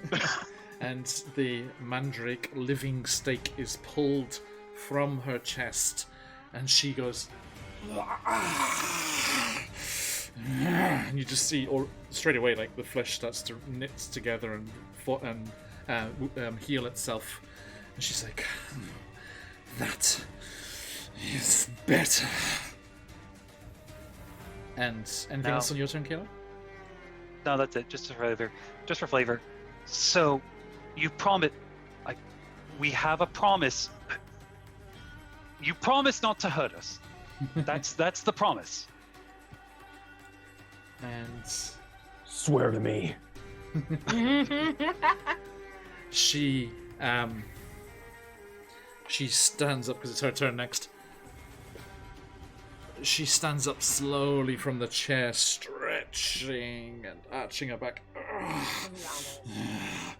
Right, now to get out of here.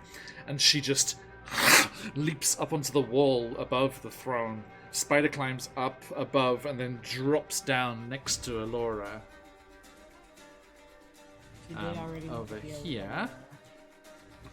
And lashes out with her hands, and you see, even as she does so, her nails just unnaturally elongate, and claws just tear into the Briarman.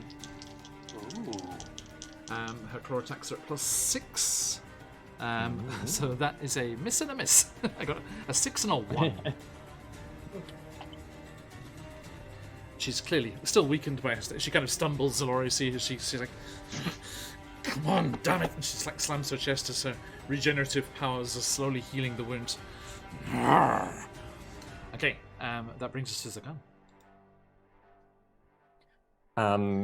So I think you cannot catch the breaking. I'm not moving the token, but he dashed away and you just moved. So good.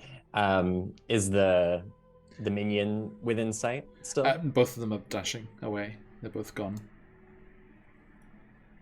Yeah, I'd say. I'll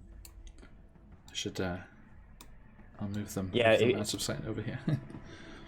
if they're not within view, then what Zakan probably does is just turns back around towards the chamber. So and we'll re-enter the chamber, and as a bonus action, command the spiritual weapon once again to just continue its assault on the Briarman one in here. Yep, go for it.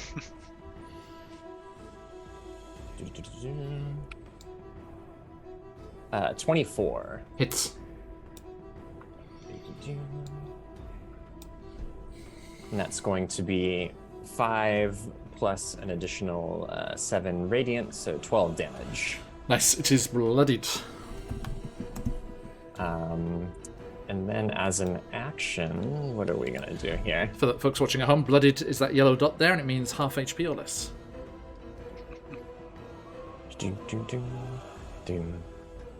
I think, what can we do? Because I've got a concentrating spell up at the moment. Sorry, let me see what I want to do instead. Is that the spiritual weapon? Yeah, the spiritual weapon is... or no, not spiritual weapon. Is spiritual weapon concentrate? No. It's protection from good and evil. Okay. Yeah, it's concentration. Is Corbin still quite injured? Looking good. Yeah, I'm looking good. I'm Yeah, Phantom, that's right. I thought it was muted. Corbin's looking all right. All right, cool. I think then what we will do is we're just gonna also make maybe a normal attack. Let's do let's do Word of Radiance, which is a fun one. So they get to within 5 feet. Sorry, everyone. No worries. And activate Word of Radiance, so that it's a Constitution saving throw for the Briarman. Okay. That is going to be D20. Where's my D20? There we go. Ooh, pretty good. That is going to be 17. Beats it. So they take no damage, just a cantrip. And then I take 4 damage, and everyone in that aura also takes 4 damage. Elora. Oh no, Laura. And electrocuted. that's radiant. I know. Wait, is Elora quite bad in terms of hit points? All right. Yeah, I'm 25 out of 37 right now. Zakan, that's radiance, right? Radiant, yeah. Okay. So it probably does double to our vampire friend here. Oh, no. Mm. No, no? that's just there's a bunch of undead that aren't vulnerable to radiant. Oh, nice. Good. Yeah, it's sunlight is bad, Mm. but holy radiance is not. Good. Apparently. Okay. So, sorry. Remind me, what was that again? How much? Just 4 points flat. Just 4, he says, as all of his Just friends four. are injured and Corbin's pets squeal and writhe in pain. As the con reveals themselves to be the BBEG this whole time. Ah, that's my job. Dun, dun, dun. I'm gonna leave her. I'm gonna leave the vampires as it is because she gets 10 at the start of her turn when she regenerates. She's like burning. She's like burning. Get out of here, cleric! Hisses at you. Snick. Sneaky snake. Mrs. Shillelagh. Mixes shillelagh. There we go. 26. Shillelagh. Ooh, natural 20. Okay, now this one you'll need to use dice for this one because our crit rules are different. So roll me 2d6 plus 16. Critical Plus python 16? attack. Yep. Okay, 2d6. I rolled a 3, so 16, 17, 18, 19. 19. Nice. Massive chunk. Big snake bite out of the creature, which it just then like disgustedly spits across the room. It's like, ugh. He's like, he has memories of his like form as a staff. He's like, it feels like I'm attacking myself. No. We'll Okay. talk about this. We'll work on your therapy and cannibalism later. Eat them. Corbin, I assume you're going to attack Zakan for attacking your pets? We'll talk later. Ooh. But as for Avengers Civil the War. is that the end of the Briarman? Do we have anybody else? Aren't we chasing the No, Thorn the King? one Brahmin's still there. You said which one? This one right there in the middle. Okay, so that is still there. Yeah. Okay. Let's go. He's in a very, very bad spot right here. Right, because I am annoyed and I need something to take it out on. And oh look, something to punch. Hey guys, while it's alive, let me show you the cool art. All right. Here he is. Give it to us. Oh yeah, he is like full on because everyone's sort of low key surrounding him. He's full like Ooh. about everything, and then here just comes Corbin from above. At this point, they have run over to where the throne is to do one of those kick pushes to go backwards, Definitely. and they're just like Parkour. going down there like, die, stupid thing. I need something. This everything in this room is something for them to take their anger out on right now, and it has been for the past 3 sessions. I don't understand why no one's understanding this yet for them. But this is about to be a hit to. It's like one of those anger rooms where you can just smash everything. Yes, they desperately need one of those. This is definitely going to become one of those attacks so that I can do a By the way, further blow. I think from the way you've played it, it's not going to come up in the session here. But if you piss off the vampire and she turns against you, you know how it said there are those silver statues. I know. I've been keeping my eye out for the word silver so bad. Improvised weapons, quote unquote. Mm-hmm. My darts gold or silver. I know I actually wrote that when we were talking about it before. Nice. Okay, go for it, Corbin. Okay, so let's get this first attack out the way. I'll put you next to Elora, although you are above. It's like that cinematic, like from the Briarman's view. It's just like Elora standing there with the moon scimitar, and then you erupt from behind, just like over your cloak, just like whoosh behind you. Okay, so my main attack. Let's go.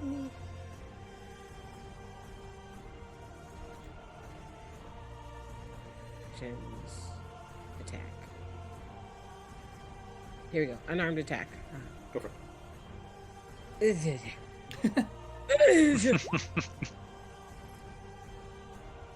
Does 12 hit? Just misses, I'm afraid. I'm rolling. No, I'm re-rolling. I did not cinematically make myself cool to not get this hit. Sorry, Corbin. I am lax in my things here.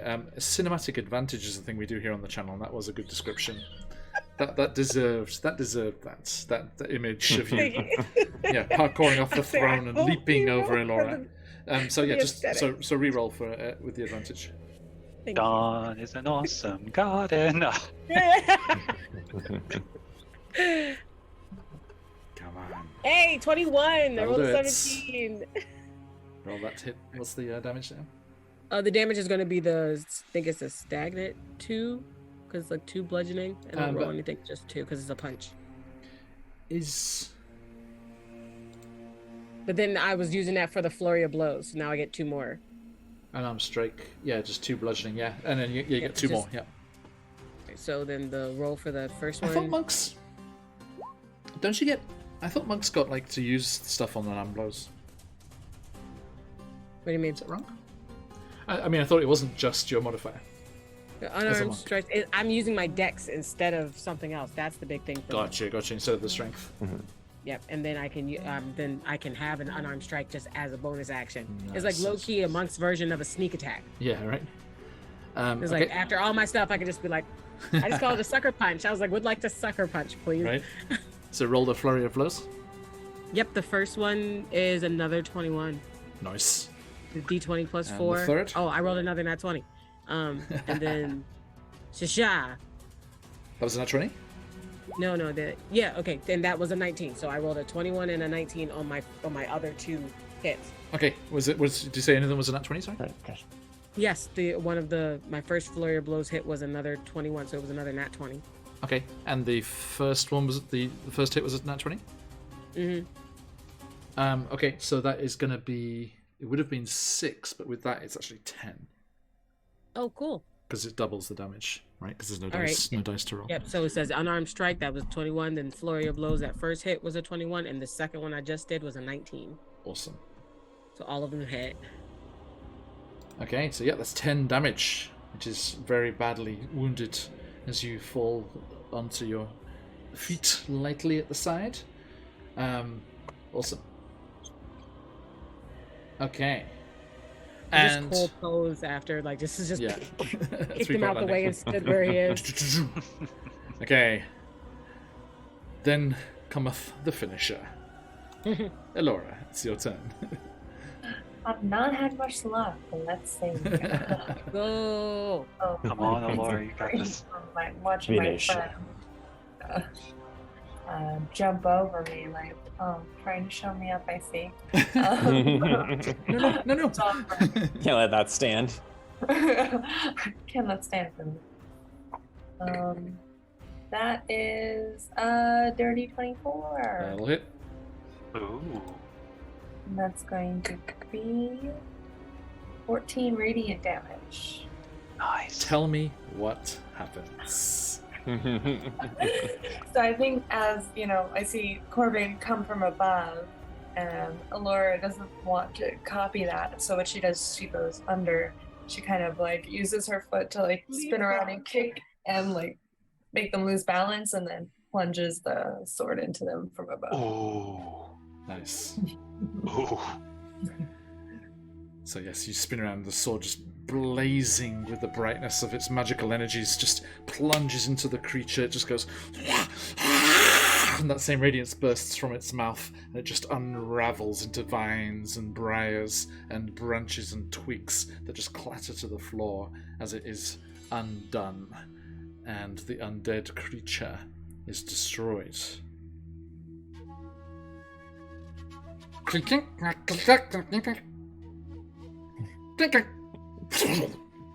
The Modron disappears. You steal our moves and leave. No, I think Annual performance review. Balance had been restored. Oh, Mazel Tov. I think at this point, Kayla will hand back the scimitar to Elora. Looks like I didn't even need this. Thank you.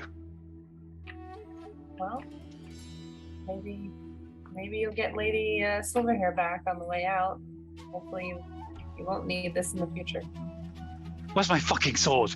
I'm just gonna go dashing through the halls looking for it.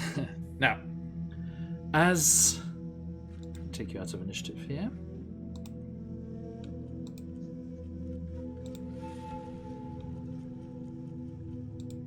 Okay. Corbin, are you returning your snake to its stuff? Yeah, and it's you say the code name again, and the staff returns to you. So after they stab them down and everything is settled, there's like shillelagh. And like hold the hand out for it to kind of Doctor Strange and the cloak return to them, and then he like slid back into like the loop they made for it on their belt. Yes. Okay. Okay. You will kind of gather yourselves there, and the vampire Dame Valinora turns to you. She's like, "You have the thanks of me and my house for your assistance. If you'll excuse me, I have some unwitting vampire spawn to onboard into our freshest program."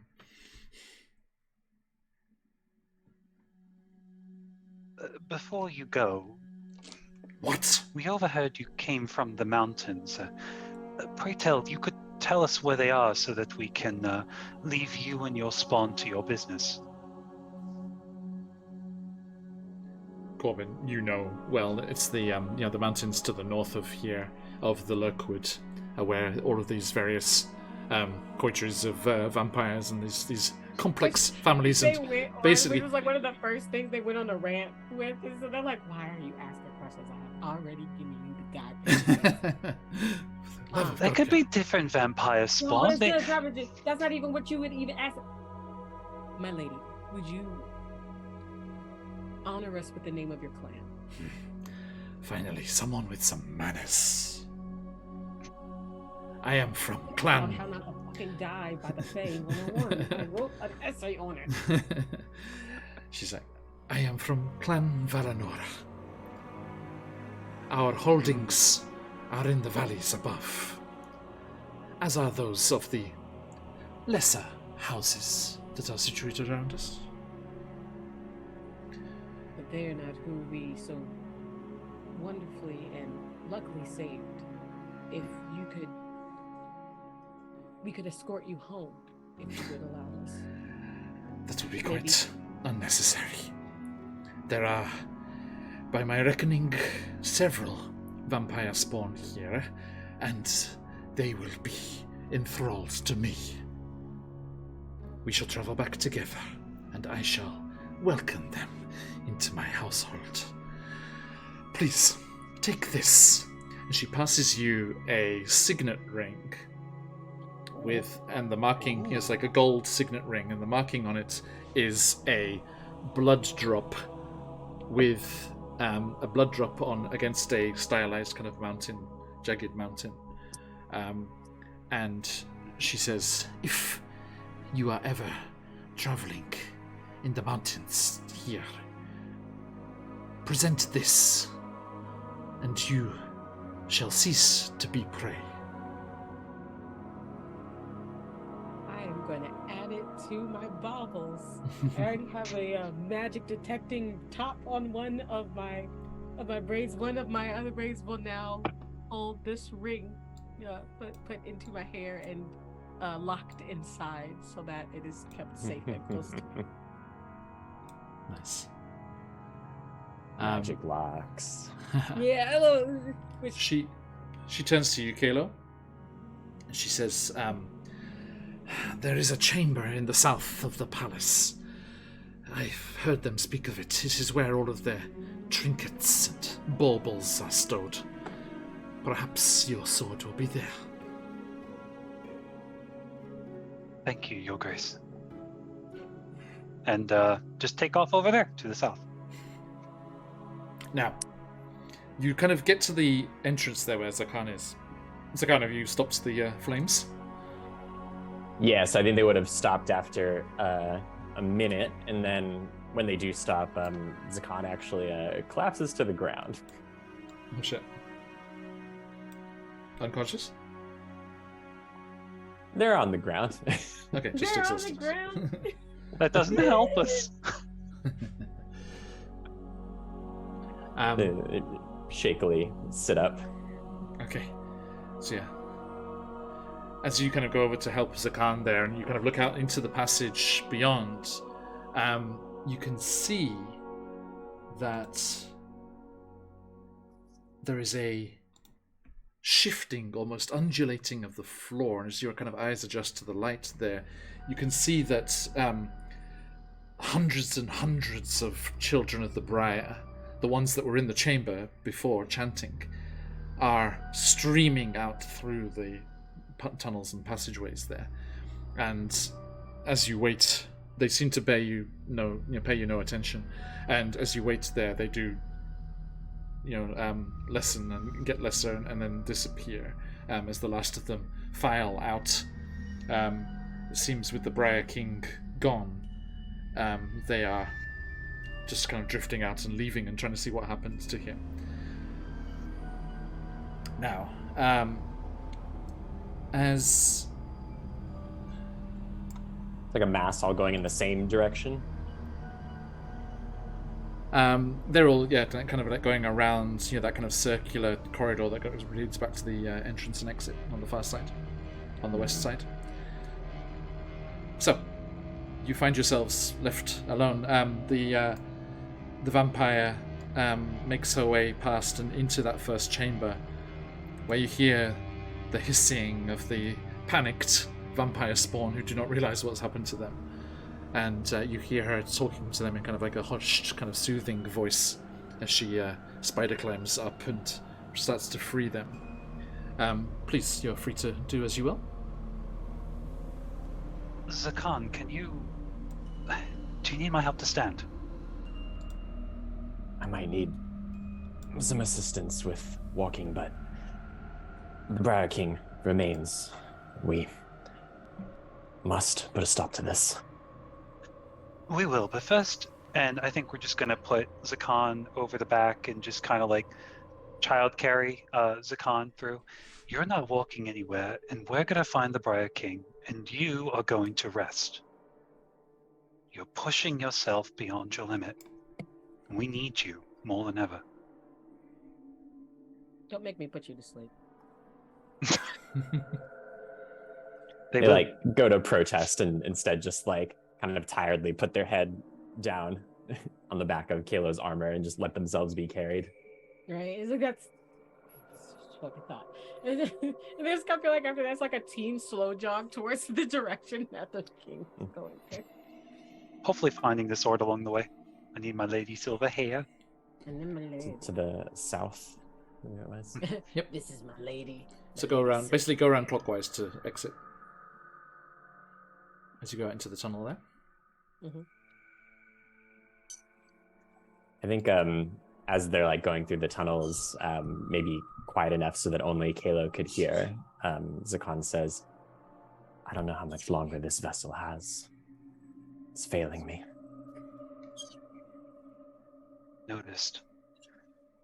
You can't keep exerting yourself like this. They need you. I need you. We need to make this work. Don't push yourself beyond your limits. Not yet. I don't always have a choice. In this instance, they were so scared of you, they decided to leave the whole damn palace themselves. Just try not to do anything stupid, all right? We'll keep an eye on you.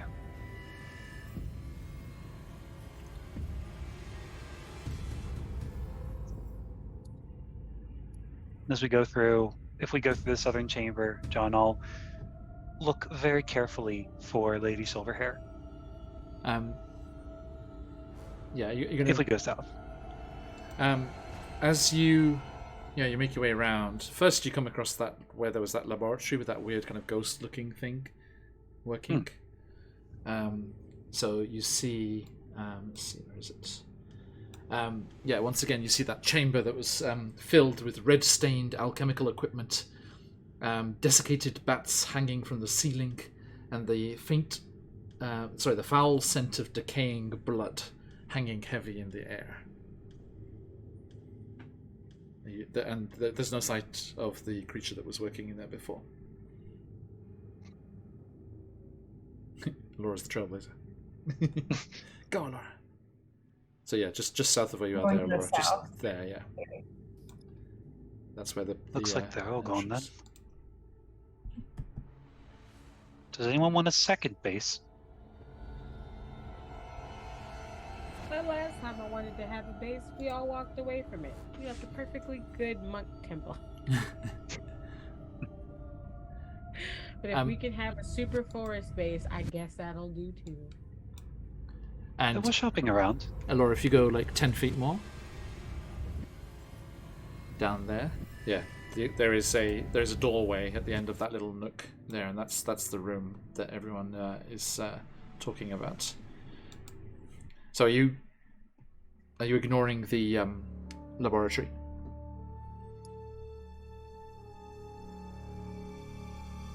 What are we thinking? You know what? If no one's gonna take a look, I'll take a look. I guess while we're waiting around, Like, I'm gonna. We want to go into the laboratory of what was clearly an angry and mad king and see if we can poke around his shit. Is that really what we're doing? If it is, let's go. But if we're gonna act like we got sense. I mean, he's not there to stop us. Who's here to? You know what? Let's go. Let's go in the room full of silence. Let's go. Okay. I think it'll help us find him, what he's planning. It should. You probably find a whole journal in here. I don't know. What does my hair do? It's a kleptomaniac. Well, in there, I mean, Is as that I say, over? you find all of the strange kind of test tubes and things. You find there's a dissected child of the briar, like little creature, just like lying in pieces You in need the to equipment. finish your sentences faster.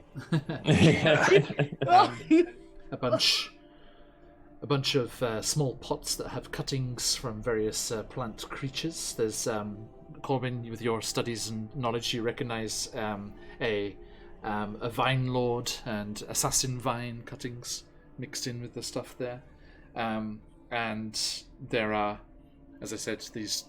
You find a few potion bottles, but the potions inside are kind of like a, very, very blood red, rusty red. No. And they look at Laura. Their potion loving partner in crime. They just go, no, we don't touch the baneful magic. That was possibly someone else's soul. No touchy. But maybe Sally. You really? Really? You gonna sell it? To who? I don't know. Somebody must want them. Sure, we'll use them as a detector to find people who we should never talk to again. The second we tell them to meet a place, we'll never see them because we should never talk to people who want these things. Okay, Elora, you I'm gonna grab take these so them. my mom doesn't find them.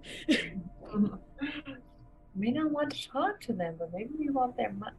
Fine, and she just puts it back.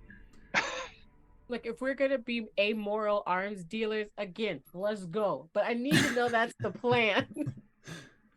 Exactly the plan. Sorry, you asked me to be a chaotic ninja character. We got I'm three simply delivering. three potion bottles. Yay or nay? Yay. Yay. Okay. Wait.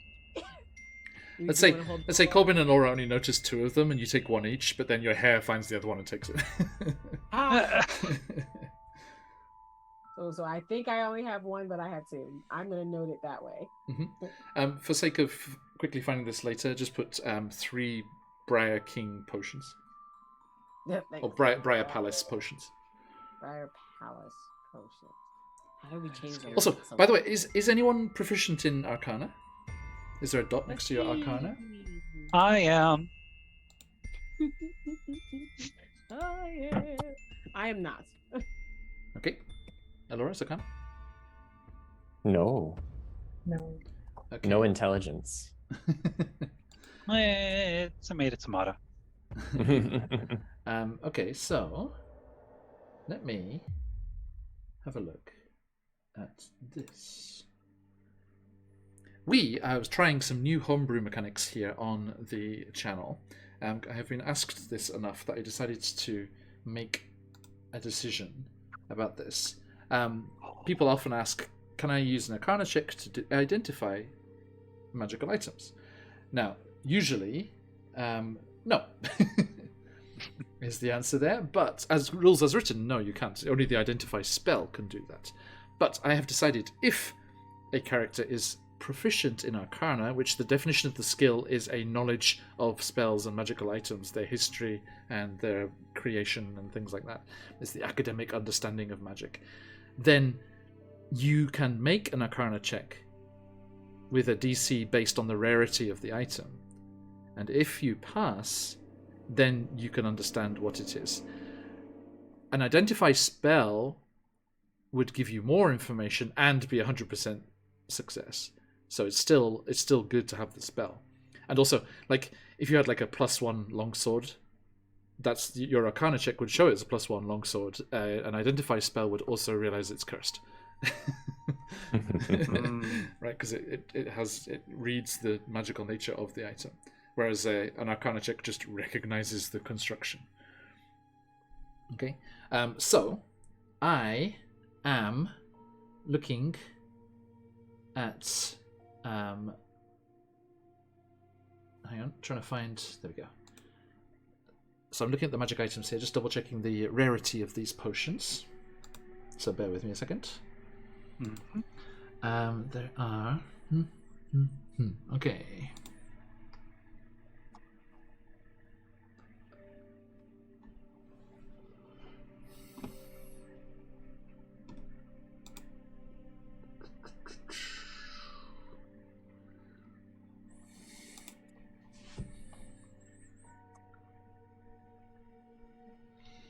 Okay, here's the first one. Because if they are... Yeah.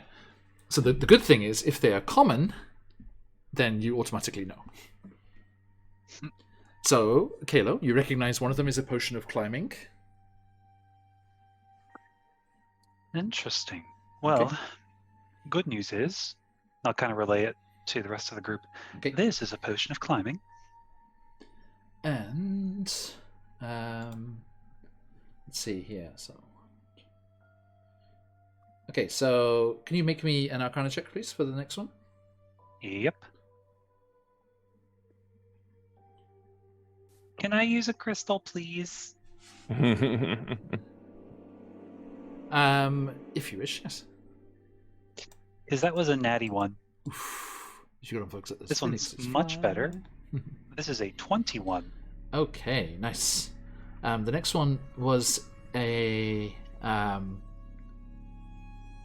rare potion. So the DC for that was higher, and you passed there. That is a potion of gaseous form.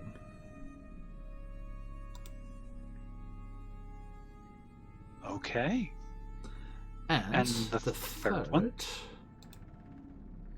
Just checking the rarity here. Mm-hmm. Roll me another Arcana check. Mm-hmm. Nope. Not even close. What is it? 4. 4? Okay. 4. Yes. I'm tempted to, like, because the critical fail, if it's like 5 or less, like 5 or more under the DC, like you get a critical fail. So it just feeds you like completely the wrong information. It's a superior healing potion.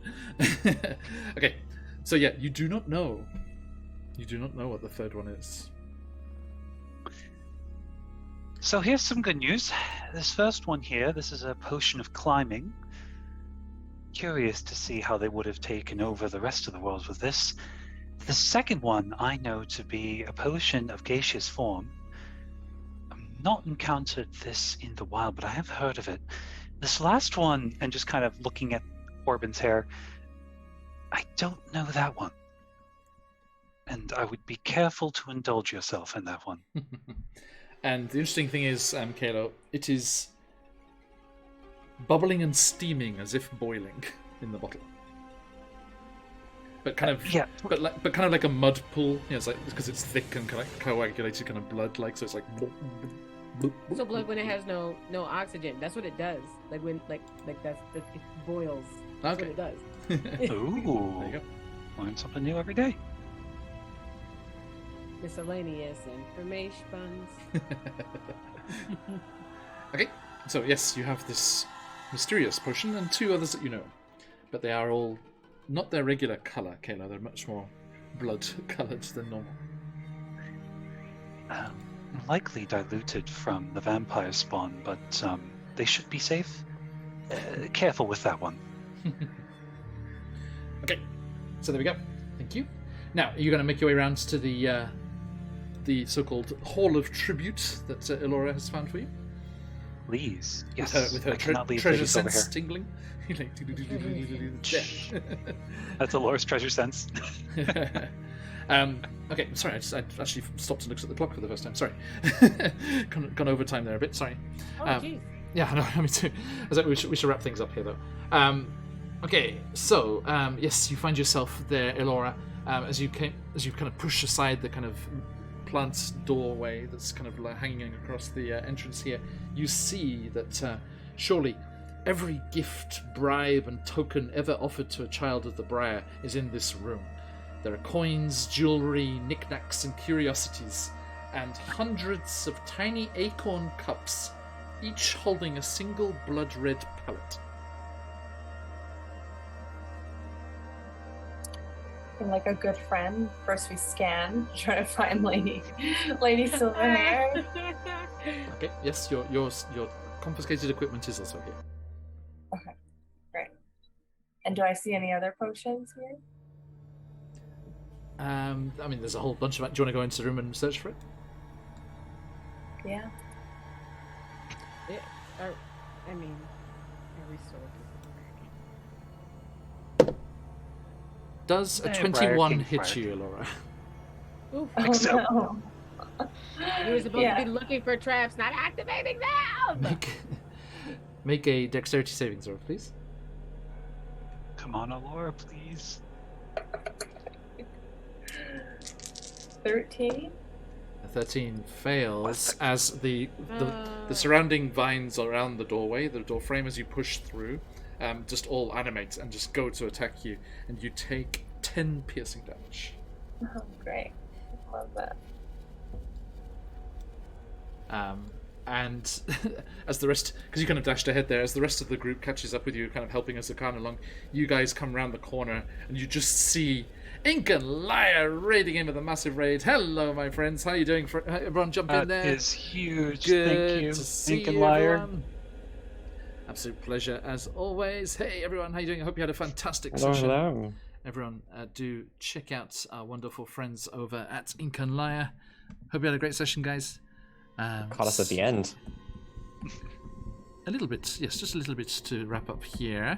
But more importantly, you have jumped in before the giveaway. So that is the way forward. There's our friends over there. Good. Please check out the fantastic folks over at Ink and Lyre and all of their fantastic adventures. Hope you had a fantastic session, everybody. Welcome in, welcome in. Now, yes, we are nearly wrapping up here. We're playing Out of the Abyss. They have defeated a Fey jumped up king who was causing all sorts of trouble in the forest here, and you should jump in that giveaway. Just one exclamation mark will do it, Phantom. Too many, like that. Exclamation mark enter if you want to jump into the giveaway for today, everyone, with the raid there. We are giving away a copy of a tier 2 adventure from CZRPG known as the Brotherhood of the Griffin. So if you want to get your chance to win this fantastic, always amazing encounter design and stuff from there, hey, Kragusu? I'm not sure how to do it. Welcome in, everybody. If you're not already, please... yes, perhaps. If you want to jump in and give us a follow, it would be much appreciated. We play lots and lots of D&D here through the week. And if you want to jump in, give us that follow, see when we go live, and you can jump over onto our Discord if you want to see what's going on with everything on the channel. So yeah, !enter for your chance to win, everybody, and you can have a chance to win that lovely prize that we've got on offer today. Okay, so yes, the rest of you come around the corner. You just find Elora just like hanging in these barbed vines, her blood kind of slowly flowing, dripping over it. What do you do? Elora, I know you like treasure, but now is not the time to be playing around. I wasn't playing. I was getting your weapons back. Can you get me down from here? You kind of awkwardly point, like, it's over there. Okay, it's on us, and I'll start to help. All right, can we just get and have? I like the image of Zakan still on Kalo as we're trying to get the thorns out. Just kind of like, yeah, you can put me down. You can put me down. No. I've committed to this. I made a promise. I was forced. Wild magic made me promise. Okay, so let's have a look here. Yes, are you going to take a decent amount of time to gather up all the things of any value here? Yeah, we can. We are technically in the middle of chasing somebody and should probably not take a short rest, but also. Yeah, the children of the Briar, are they still like streaming out of this place? They had gone ahead of you. They've all just gone out. You can hear kind of chittering and big kind of noises outside. And they're like going towards the exit. They're not all like gathering in some kind of like chamber of death type situation. No, yeah, they all go streaming outside, following after. The chanting has stopped. Where the King of Thorns had run. Yes, the chanting's finished.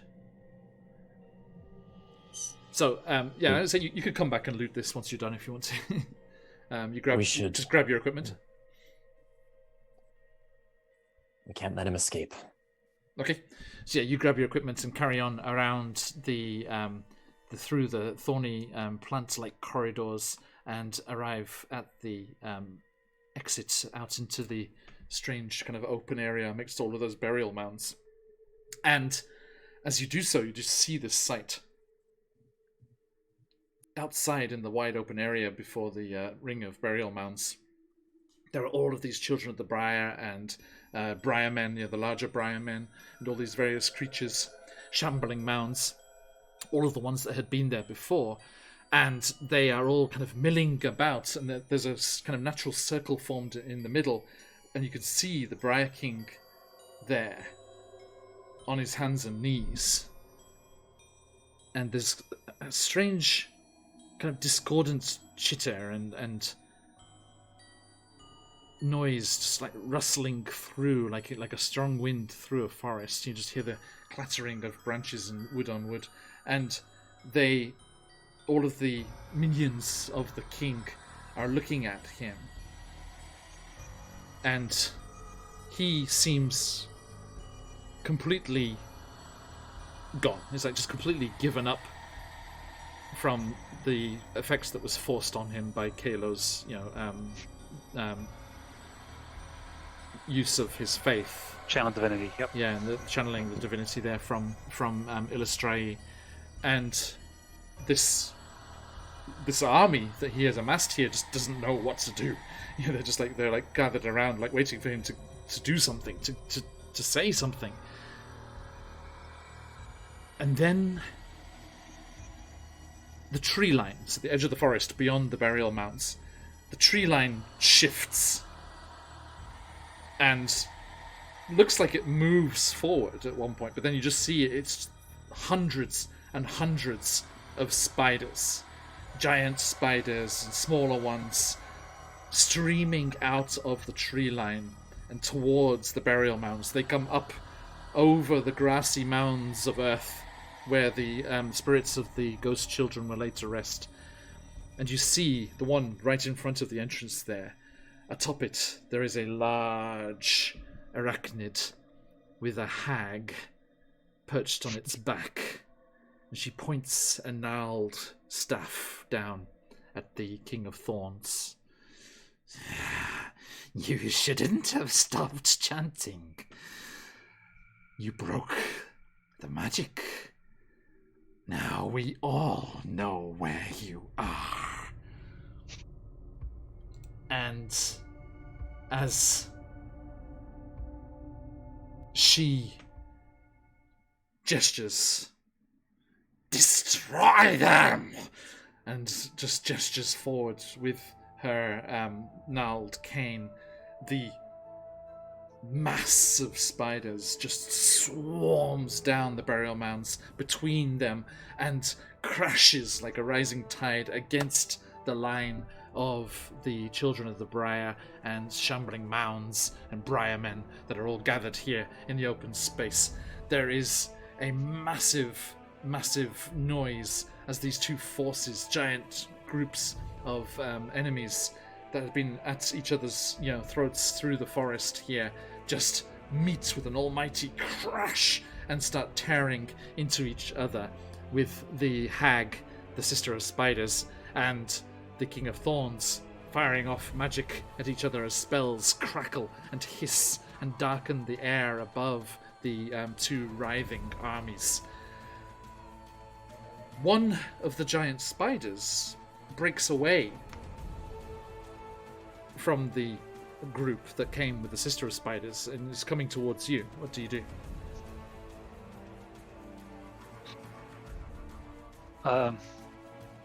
Everyone, friend or foe? You mean these aren't the same spiders? Are these the same spider people that we already spoke to? Yes. Oh yeah, no, these are our people. We good. We good. We told them Be ready to to retreat into the palace. We would find them. They didn't. We told them to just chill and maybe like not turn evil against us. They said, "Cool, if you do." Hey, look, we did it. So. Indeed. Yes, we have the In fact, promise of like, the spiders. That was really how they spoke to them. So they were like, "Hey, you guys made it." And this giant spider, as I said, breaks off and comes over to you almost sheepishly. It's kind of sidling, almost like diagonally, kind of sideways towards you. And as it arrives next to you, it rears up and with its front four legs boxes at Webster that's with you. What? And I did not have a parent trap situation and not recognize my own baby. Oh And- no! Did one of the other spiders take his goggles? The giant spider that was with you kind of rears up defensively, like with its legs up, almost like a surrendering kind of motion. And as it rears up on its back legs, it continues to stand up and then shift in form as Snickersnack in his chitinous armor is revealed. And he says something in that spider speak that he uses with that kind of aplomb. roll to hit. Like, I'm about to start a national incident. Like, I've been kind of in and out of this plane. Do we know that spider man? You never saw him, Zakan, no. 13. 13? Okay. That misses as he doffs that overly elaborate hat of his and his cloak billows out behind him and he goes running to the Sister of Spider's side. And you remember when you were talking amongst yourselves about whether you were going to accept her deal? And I said she was over there petting Webster? Oh no! It wasn't Webster anymore. Snickersnack was just, making sure that conditions were met and deals Okay, were... so what does Snickersnack mean? If anything, how does he feel about how I treat Webster? He's gonna be all up in my face. I gave you cuddles. I'm gonna punch him again. He ran away. He doffed his cap and then I'm ran chasing to the him. hag. He's going straight into the war. Are you going in there? Ah. And he starts dancing and whirling with his sword between all of the children of the Briar, and the real Webster kind of nudges up against you, Corbin. I am so sorry. I'm so sorry. You know the Puss in Boots thing with from Shrek with the eyes? It's that, but with 8 eyes. He's like, I'm so sorry. I thought you were acting funny. I thought you were mad at me because I wasn't a giant spider lady who could take care of you. Whatever I happened? thought they were jealous of the people in the entire community of the 8-leggeds. Whatever happened to that amazing picture we had for Webster with the little ribbon on the head, the big spider? It's that again. Like, don't know where that went. But yes, I'm going to say I'm bad at me. we're going to just paraphrase this basically. But the battle goes on. You defend the entrance to the palace, kind of use that defensible position, that narrow doorway, and fight off any of the Briar folk that try and come back in that way. At one point, the vampire and her spawn slip past you and go off round the opposite side of the Briar Palace and disappear off into the forest. And eventually, the forces of the Sister of Spiders are successful.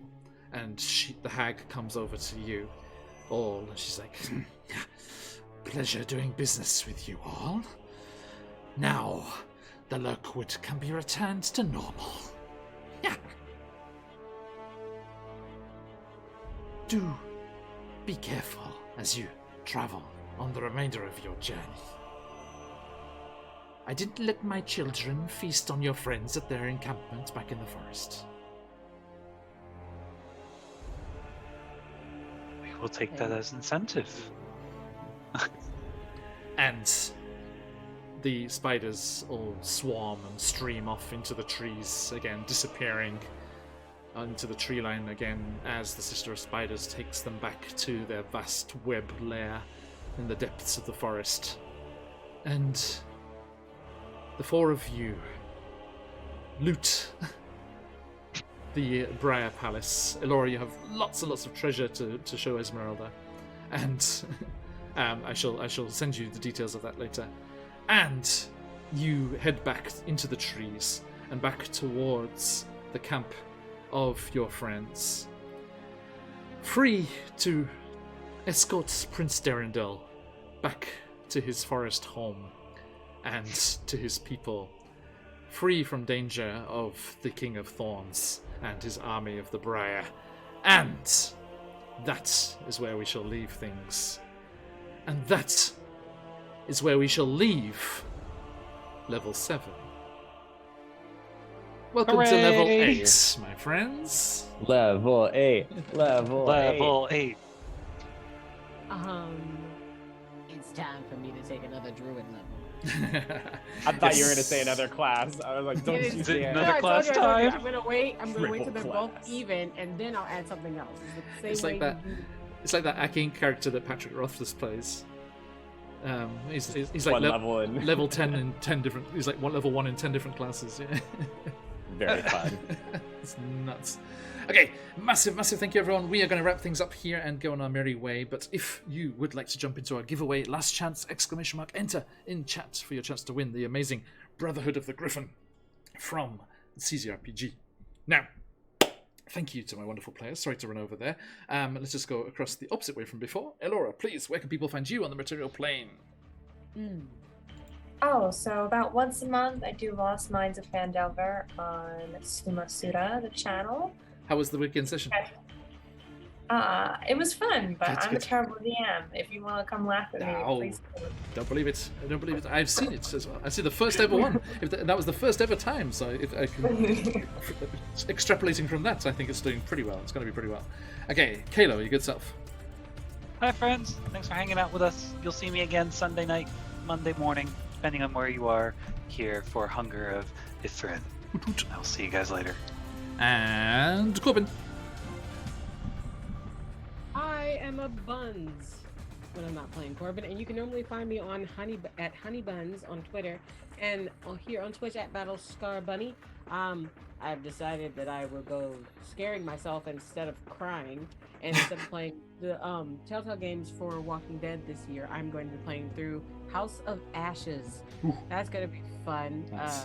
The premise of it does involve the war times and going, I think, down into a Mesopotamian graveyard site in order to try to save people as you're a soldier. But yes, be interested and join me next Monday. And join me this following Monday at around 5:30 p.m. EST, and that's when I'm going to be playing the game for a few hours. Awesome. Thank you. And Zakan. Hi, thanks for watching. I'm Steven, and I don't do anything aside from this stream. It's the highlight of my week. But you can find me on Twitter at Distant Shores, and if I start up anything, I'll post about it there. Thank you very much. And we are wrapping up a giveaway in just a second, everyone. Last chance, ! Enter for your chance to win. We are QuestJunkiesUK. We'll be back later with Barovia and Beyond, our homebrew Ravenloft campaign. Next, we have Wild Beyond the Witchlight. Tricenta's Tyranny this week, the sneak peek playthrough of CZRPG's upcoming campaign. They have just released The Wrath of Umberlee. We shall see what happens there. And then we have our Bookworm stream, delving into the Book of Ebb and Tides from Cobalt Press on Friday night in North America. And then over to the wonderful folks at the High Seas, our Spelljammer Radiant Citadel crossover finale on Saturday. Do not miss that. And then it's back round to the Hunger of Ithrin next week. Absolutely wonderful, wonderful as always, my friends. Thank you so much. Let us see who our lucky winner for the giveaway is. Who is it, Closing folks? up the entries. Yeah, I said Witchlight. I said Witchlight Scarlet. And today's winner of the Brotherhood of the Griffin is Cuz Daisy. Congratulations. I'm going to send that to you. Now, Daisy, you're starting to win these giveaways from time to time. I think you need to DM sometime, huh? Be interesting to see. Okay. Built up a lot of source books. Yeah. Congratulations, Daisy. And we will see everyone again very, very soon. Thank you so much to all of our wonderful sponsors. Check out the Troll Lord Games Kickstarter, which I will show you in just a moment. Stick around for that raid. If you've got them, let those phoenixes fly. But till next time, my friends, as we like to say around these parts, oyasumi nasai. Bye. Oyasumi. Oyasumi.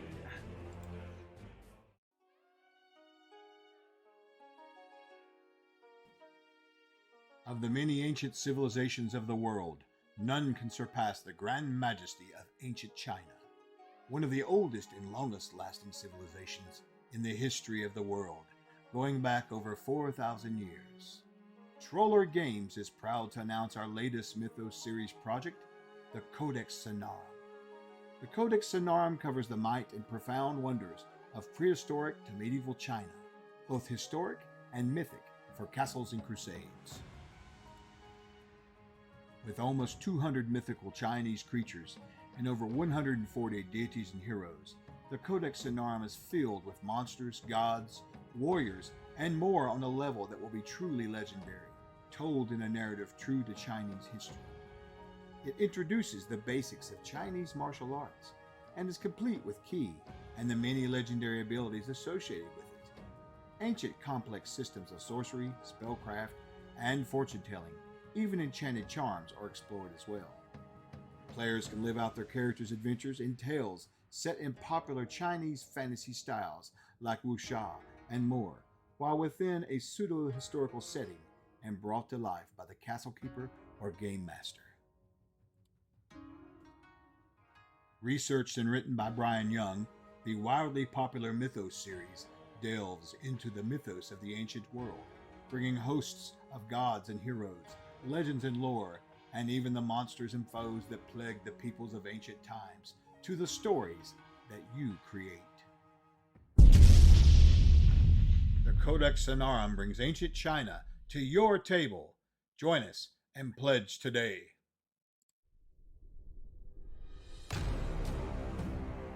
Troll Lord Games, join the fray.